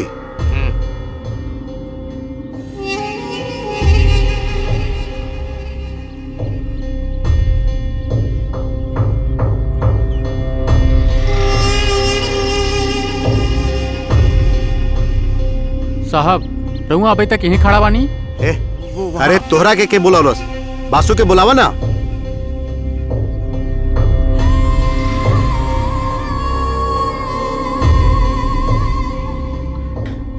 बासु, हम बहुत सोचली, बाकी हमार समझ में ही ना आवत बा कि तोहार बेटी के का होगी, ओकर बियाह कैसे होगी। वैसे अगर तू चाहता ई लड़का ओकरा से शादी कर सकत बा। ये उतना बुरा लड़का नहीं है। अगर तू कहता हम शादी के पूरा खर्चा दे और एक गांव में घर बनावे खातिर जगह भी दे। सोच ला तो के अपन बेटी के कैसे मनावे के बाद जा। हाँ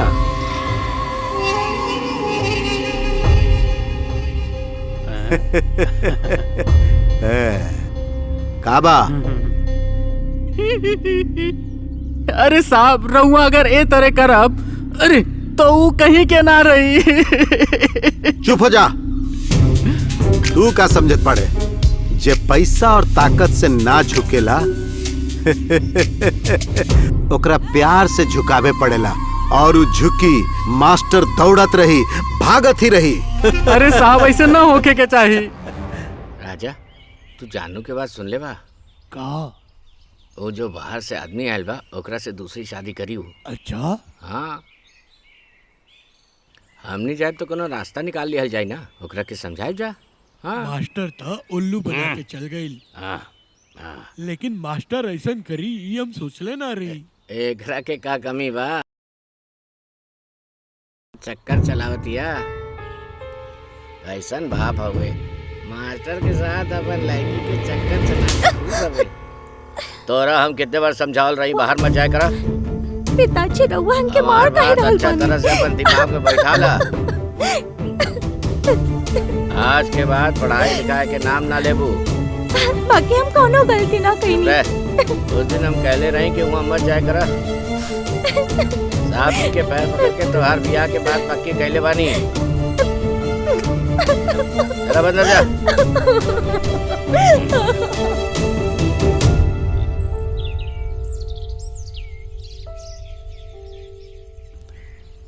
हम रवा लोग से दिल से माफी चाहत बानी। हम रवा लोग खातिर एक चिट्ठी छोड़ के जात बानी और हम जानत बानी कि हमारी हरकत से रवा लोग की बहुत दुख हुई।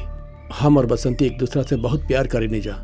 हमने अगर एक गांव में रहती तो शायद कभी सुखी ना रहती, शायद रवा लोग से नजर भी ना मिला पाती। यही से हम बसंती के लेके जात बानी। हो सके तो रवा लोग हमने के माफ कर दे। रवा लोग के प्रिय मास्टर। मास्टर हमने के पीछे एक आइलस। वो मास्टर तो हमने के बेवकूफ बना देलस। मास्टर तो हमने के उल्लू बना के चल गए। गोपाल भाई इला चाय के पैसा। हाँ हाँ ठीक बा ठीक बा। इला बाकी के पैसा। तू लोग मास्टर के बहुत तारीफ करते रहले। वो मम्मूटी जैसन दिखत बा, मम्मूटी जैसन ओकर चाल बा, मम्मूटी जैसन ओकर हरकत बा। अब वो मम्मूटी लेकर भाग गई ना लड़की। मास्टर ऐसा करी हम सोचले ना रही। हाँ लेकिन लड़की भी तो ओकरा साथ चल गई। अरे तू लोग के पहले ध्यान देवे के चाहत रहे। हाँ, अब जो होए के रहल हो गई। बाकी अब लड़की के बाप के का हुई।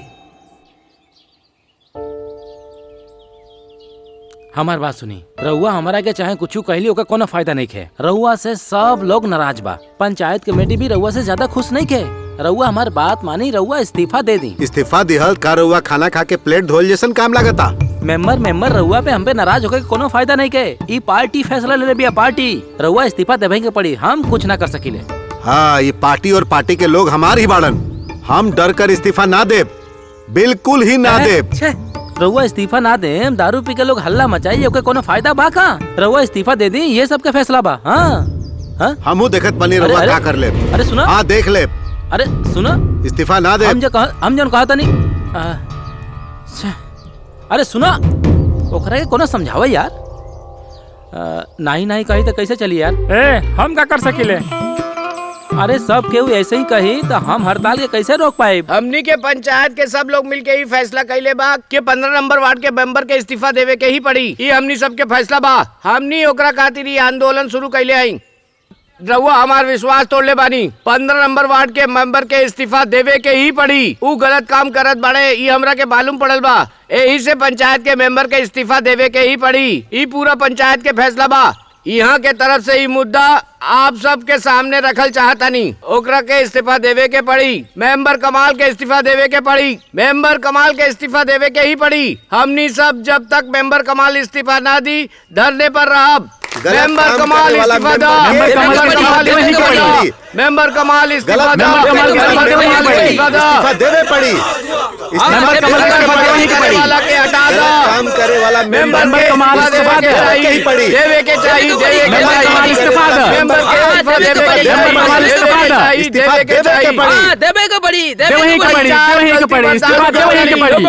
गलती बर्दाश्त ना करी।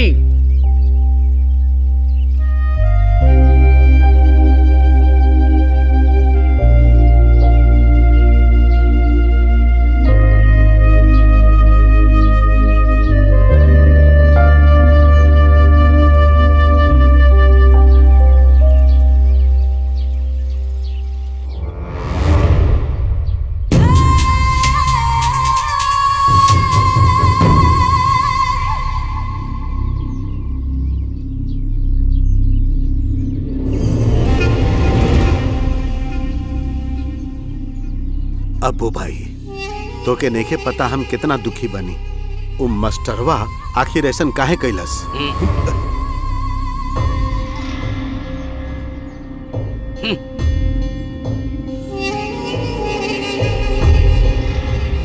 अब्बू भाई, वो ये गांव के लड़की के लेके चल गई। अभी सब देख के हम और तू कैसे जी पाए?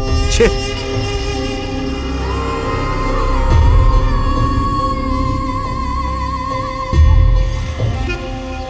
अब हम तो के का बताई। हमारे एगो बहुत बड़ सपना बा कि गांव में डॉक्टर्स होखे, इंजीनियर्स होखे।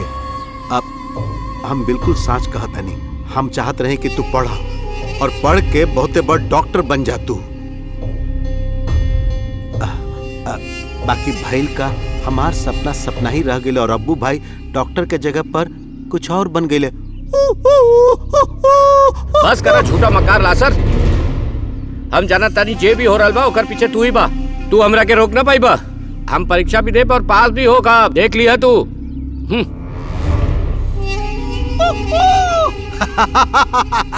पढ़ लिख के डॉक्टर बनी।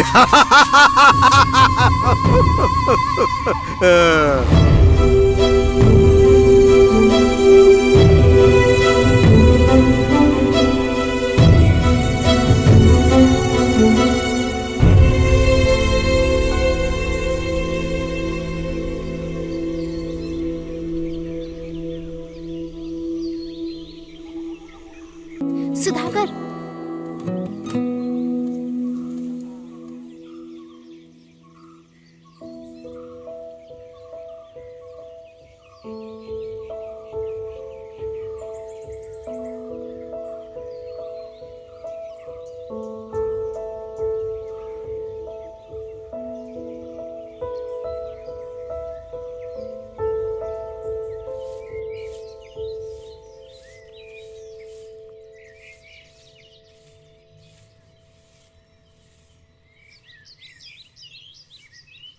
दादी दादी रउआ के स्कूल नहीं खे जाए के का?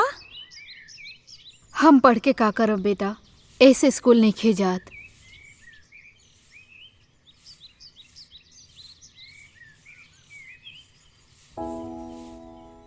हाँ अरे रउआ काहे आइल बानी? शशि घर में बड़ेगा।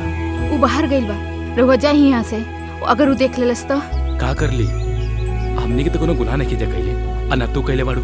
नइखी कैले गलती, फिर भी इतना हंगामा हो गइल ना।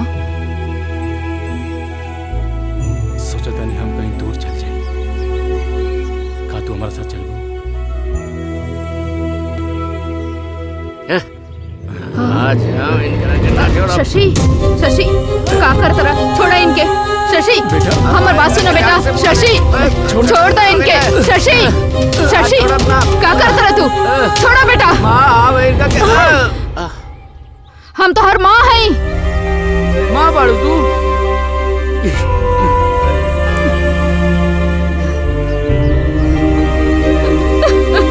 भगवान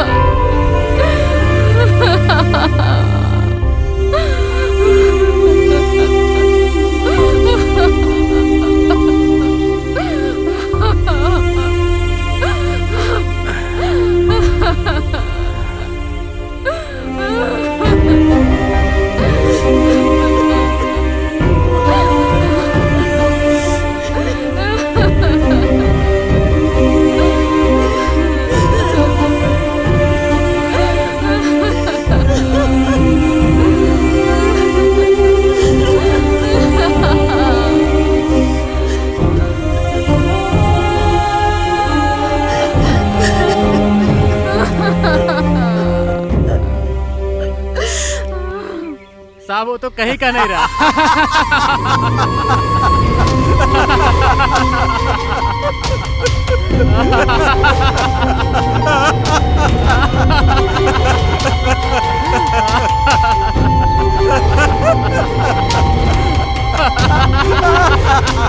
शशि ओकरा पे हाथ उठाइए। अब का करी भाई? लेकिन कहाँ गई लोग? समझ में नहीं खे आवत, सब का हो रहल बा? अरे ये तो एहिजा बा। अरे यहाँ काहे बैठल बा? सुधाकर ये सब का हा? का बा भाई, ये हम कहा सुना तनी। सुधाकर, ए सुधाकर, अरे काहे रो रहल बड़ा तू? मत रोआ। अबू हमनी के एकरा ऐसा न छोड़े के चाहिए। हम तो कहता नहीं जे भी हो रहा बा लासर के कारण हो रहा बा। अबू अब हमनी के कुछ करे के ही पड़ी।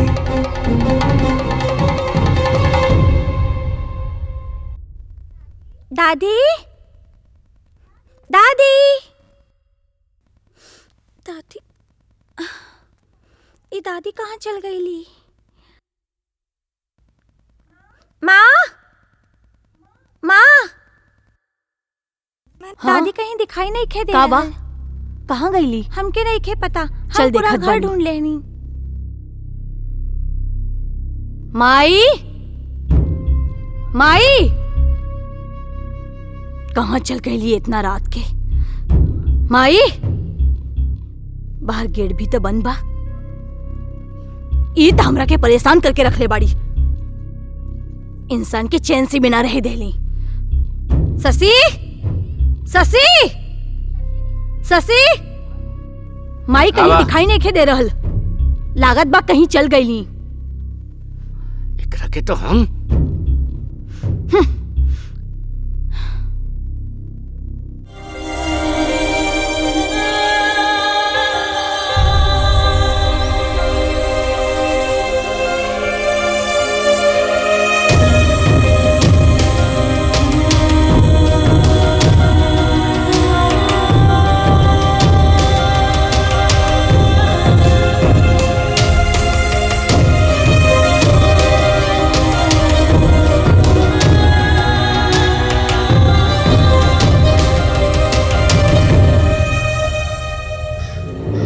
कर रहल बड़ा? ए छोड़ा। अरे ए लड़ाई मत करा। ए अरे का कर अरे रहा? चाय देख रखे। अरे छोड़ दा। अरे क्या कर रहा बड़ा? रोज हटा तू लोग। काली ना हटा। अरे छोड़ा। हटा रखे। अरे अरे हटा पीछे। अरे काहे लड़ाई कर रहा बड़ा तू लोग? अरे काहे नहीं का समझा तू लोग बात के? छोड़ा लड़ाई। देखा ये अच्छा बात नहीं के। छोड़ा। चला हटा। छोड़ा। छोड़ा एक दूसरे लोग ये लड़ा चढ़ा और वो लोग ये जान देवे में तू लड़ बने।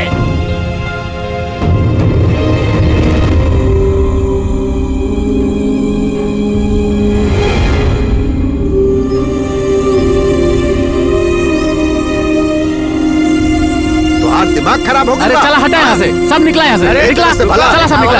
हरकत निकला सब जगह। क्यों रोका? हटाया सब जने यहाँ से। अरे रोका उनके। चला शांत हो जा, शांत हो जा, ज्यादा आवाज मत करा। हटा यहाँ से। भाई तने हटा देखा जा। ऐसा बाप ना चाहिए हमरा के। हटा यहाँ से। चला निकला। छोड़ दा। तो के तोहार अपन बाप ना चाहिए ना।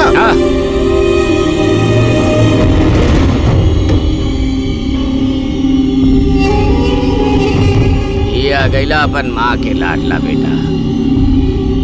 तोरा के यहाँ के बुलावले रहे? चल आइला मुंह उठा के।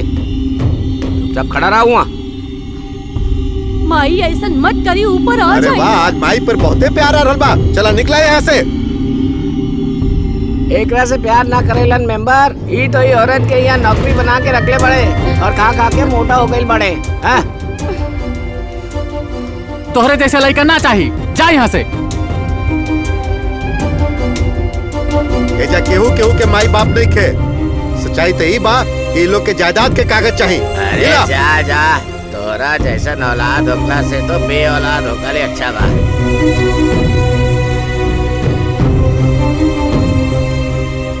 जाना तड़ू ये पैसा कहाँ से आए? जब तोहार बाप करंट लग के मर गई रहले तब सरकार कल्याणी के पैसे दिले रहे। तब से आज तक एमे से एक भी पैसा ना खर्च कैले, तोहरा खातिर रखले बड़ी हो। कोई पैसा काहे बचवलस? काहे कि ओकर पोती खड़ा बना कि पैसा ओकर शादी में काम आई।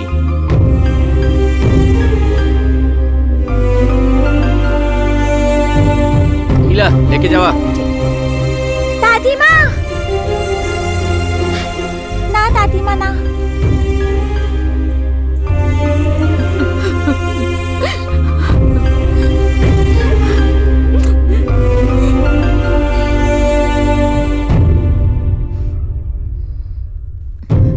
तू लोग का समझला? हम और सुधाकर प्यार करके इजाज़त से भाग जाई।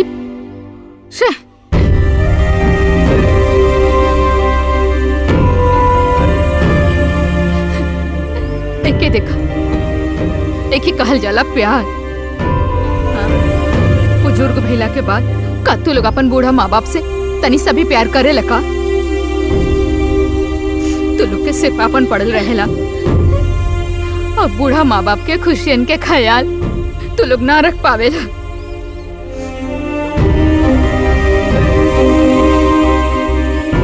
तू लोग के माँ बाप से संपत्ति चाहिए, अपना खातिर खुशी चाहिए। यह सच बा। प्यार के नाम पे तू लोग हमनी के बेवकूफ बनावेला।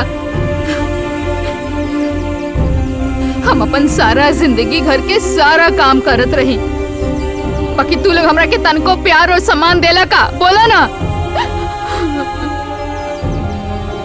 दुनिया के सब माँ यह करेली।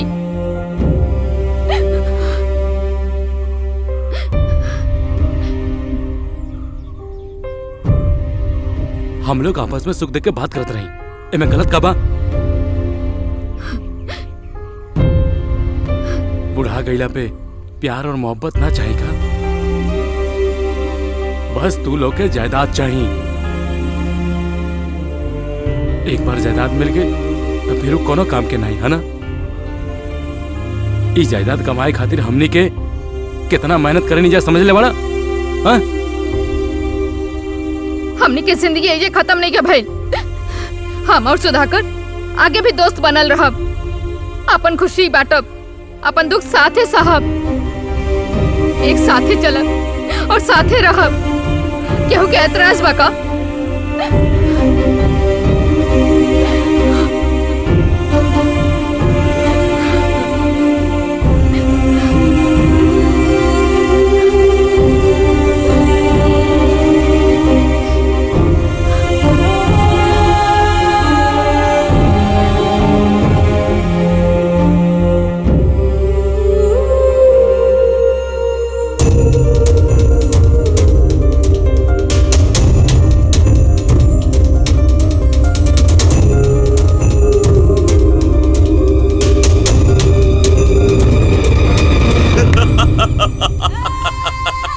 बुढ़वन के पढ़ा के शिक्षा देवे आयल रहे एगो मास्टर। बाकी का भइल, वो है गांव के एगो लड़की के लेकर ही भाग गइल।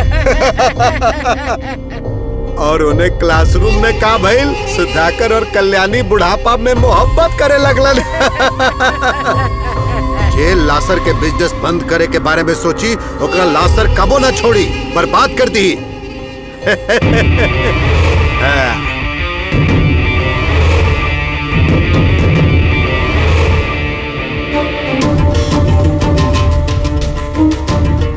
ये देखा, बुढ़ऊ लोग आ रहल बाड़े अपन ताकत दिखावे खातिर।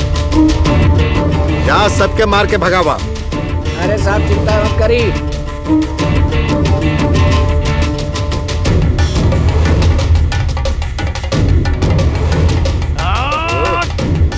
आज एकरा के छोड़ब ना।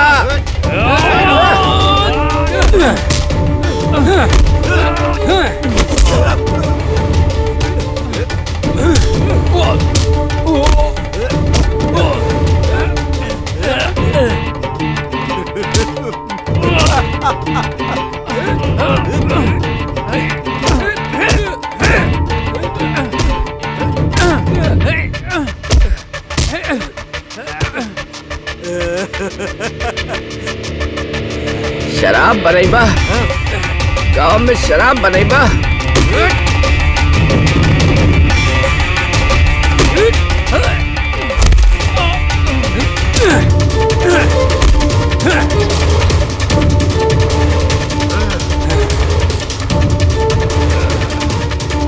सुधाकर, चला निकाला।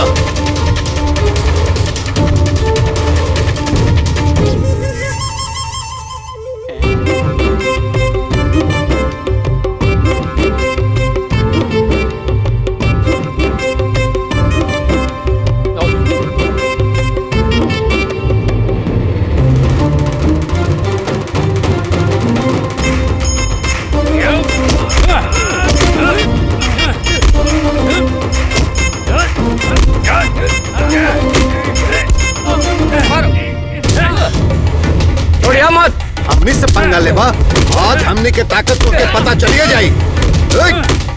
लेना दे और ला। छोड़िया मत। हमें मारेगा।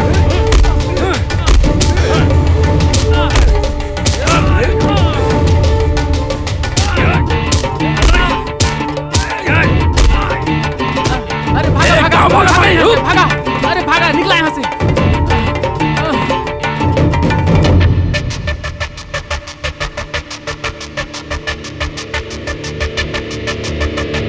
अरे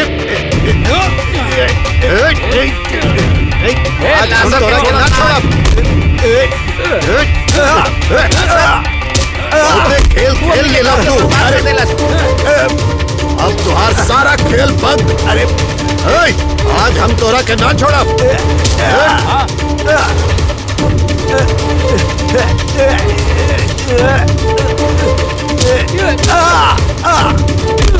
और मारा।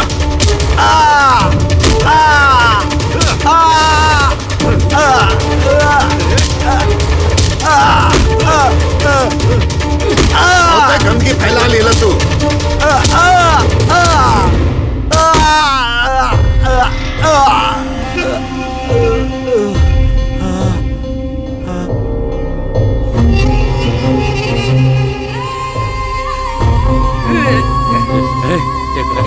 गाँव के साथ हमनी सबके अलग कर देला, हमनी सबके बड़े में ना देला। एकरा के जान से मार देवे के चाहिए। बहुते सबक सिखा देनी एकरा के। आग लगा दे। चला।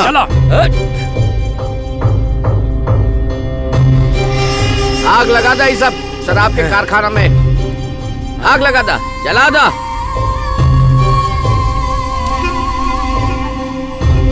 लगा दा। सब जला दा। अब देखब जा कि गांव में कैसे शराब बेची। हाँ चला। हाँ चला चला।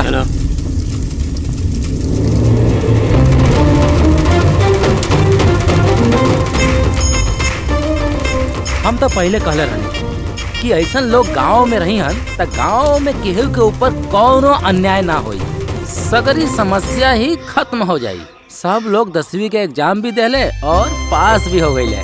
और हमनी के गांव बहुत ही खूबसूरत गांव बन गई। ये गांव हमेशा साफ सुथरा रहे, यही कोशिश में हम आज भी पड़ल बानी और हमहू पास होकर चाहतनी। बस ये बात रहे। थैंक यू सर। रउआ के हमार सब बात समझ में आ गई हूँ तो हमार सब बात के फ्रंट पेज पे छपवा दे, हमार भी तनी नाम हो जाई। समझ गए ना? ओके, अब वही सब ठीक हो गए ना बच्चा लोग? हाँ, हम चला था। ओके सर।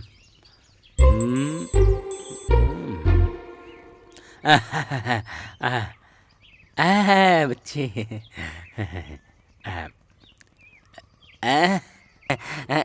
काटी।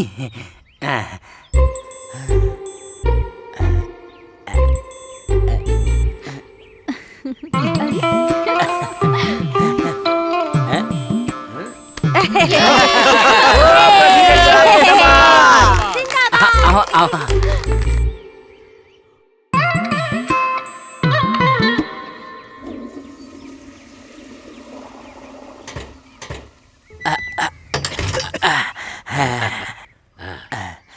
हम मातृभूमि पत्रिका के सब कुछ बता देले बानी। अब जा लो तो कोनो भी प्रॉब्लम ना होगी। हाँ, कोनो ना। तनी हटा हटा। अरे चला चला चला। जा तनी साइड दा बाबू। चला भाई, चला चला चला, आजा।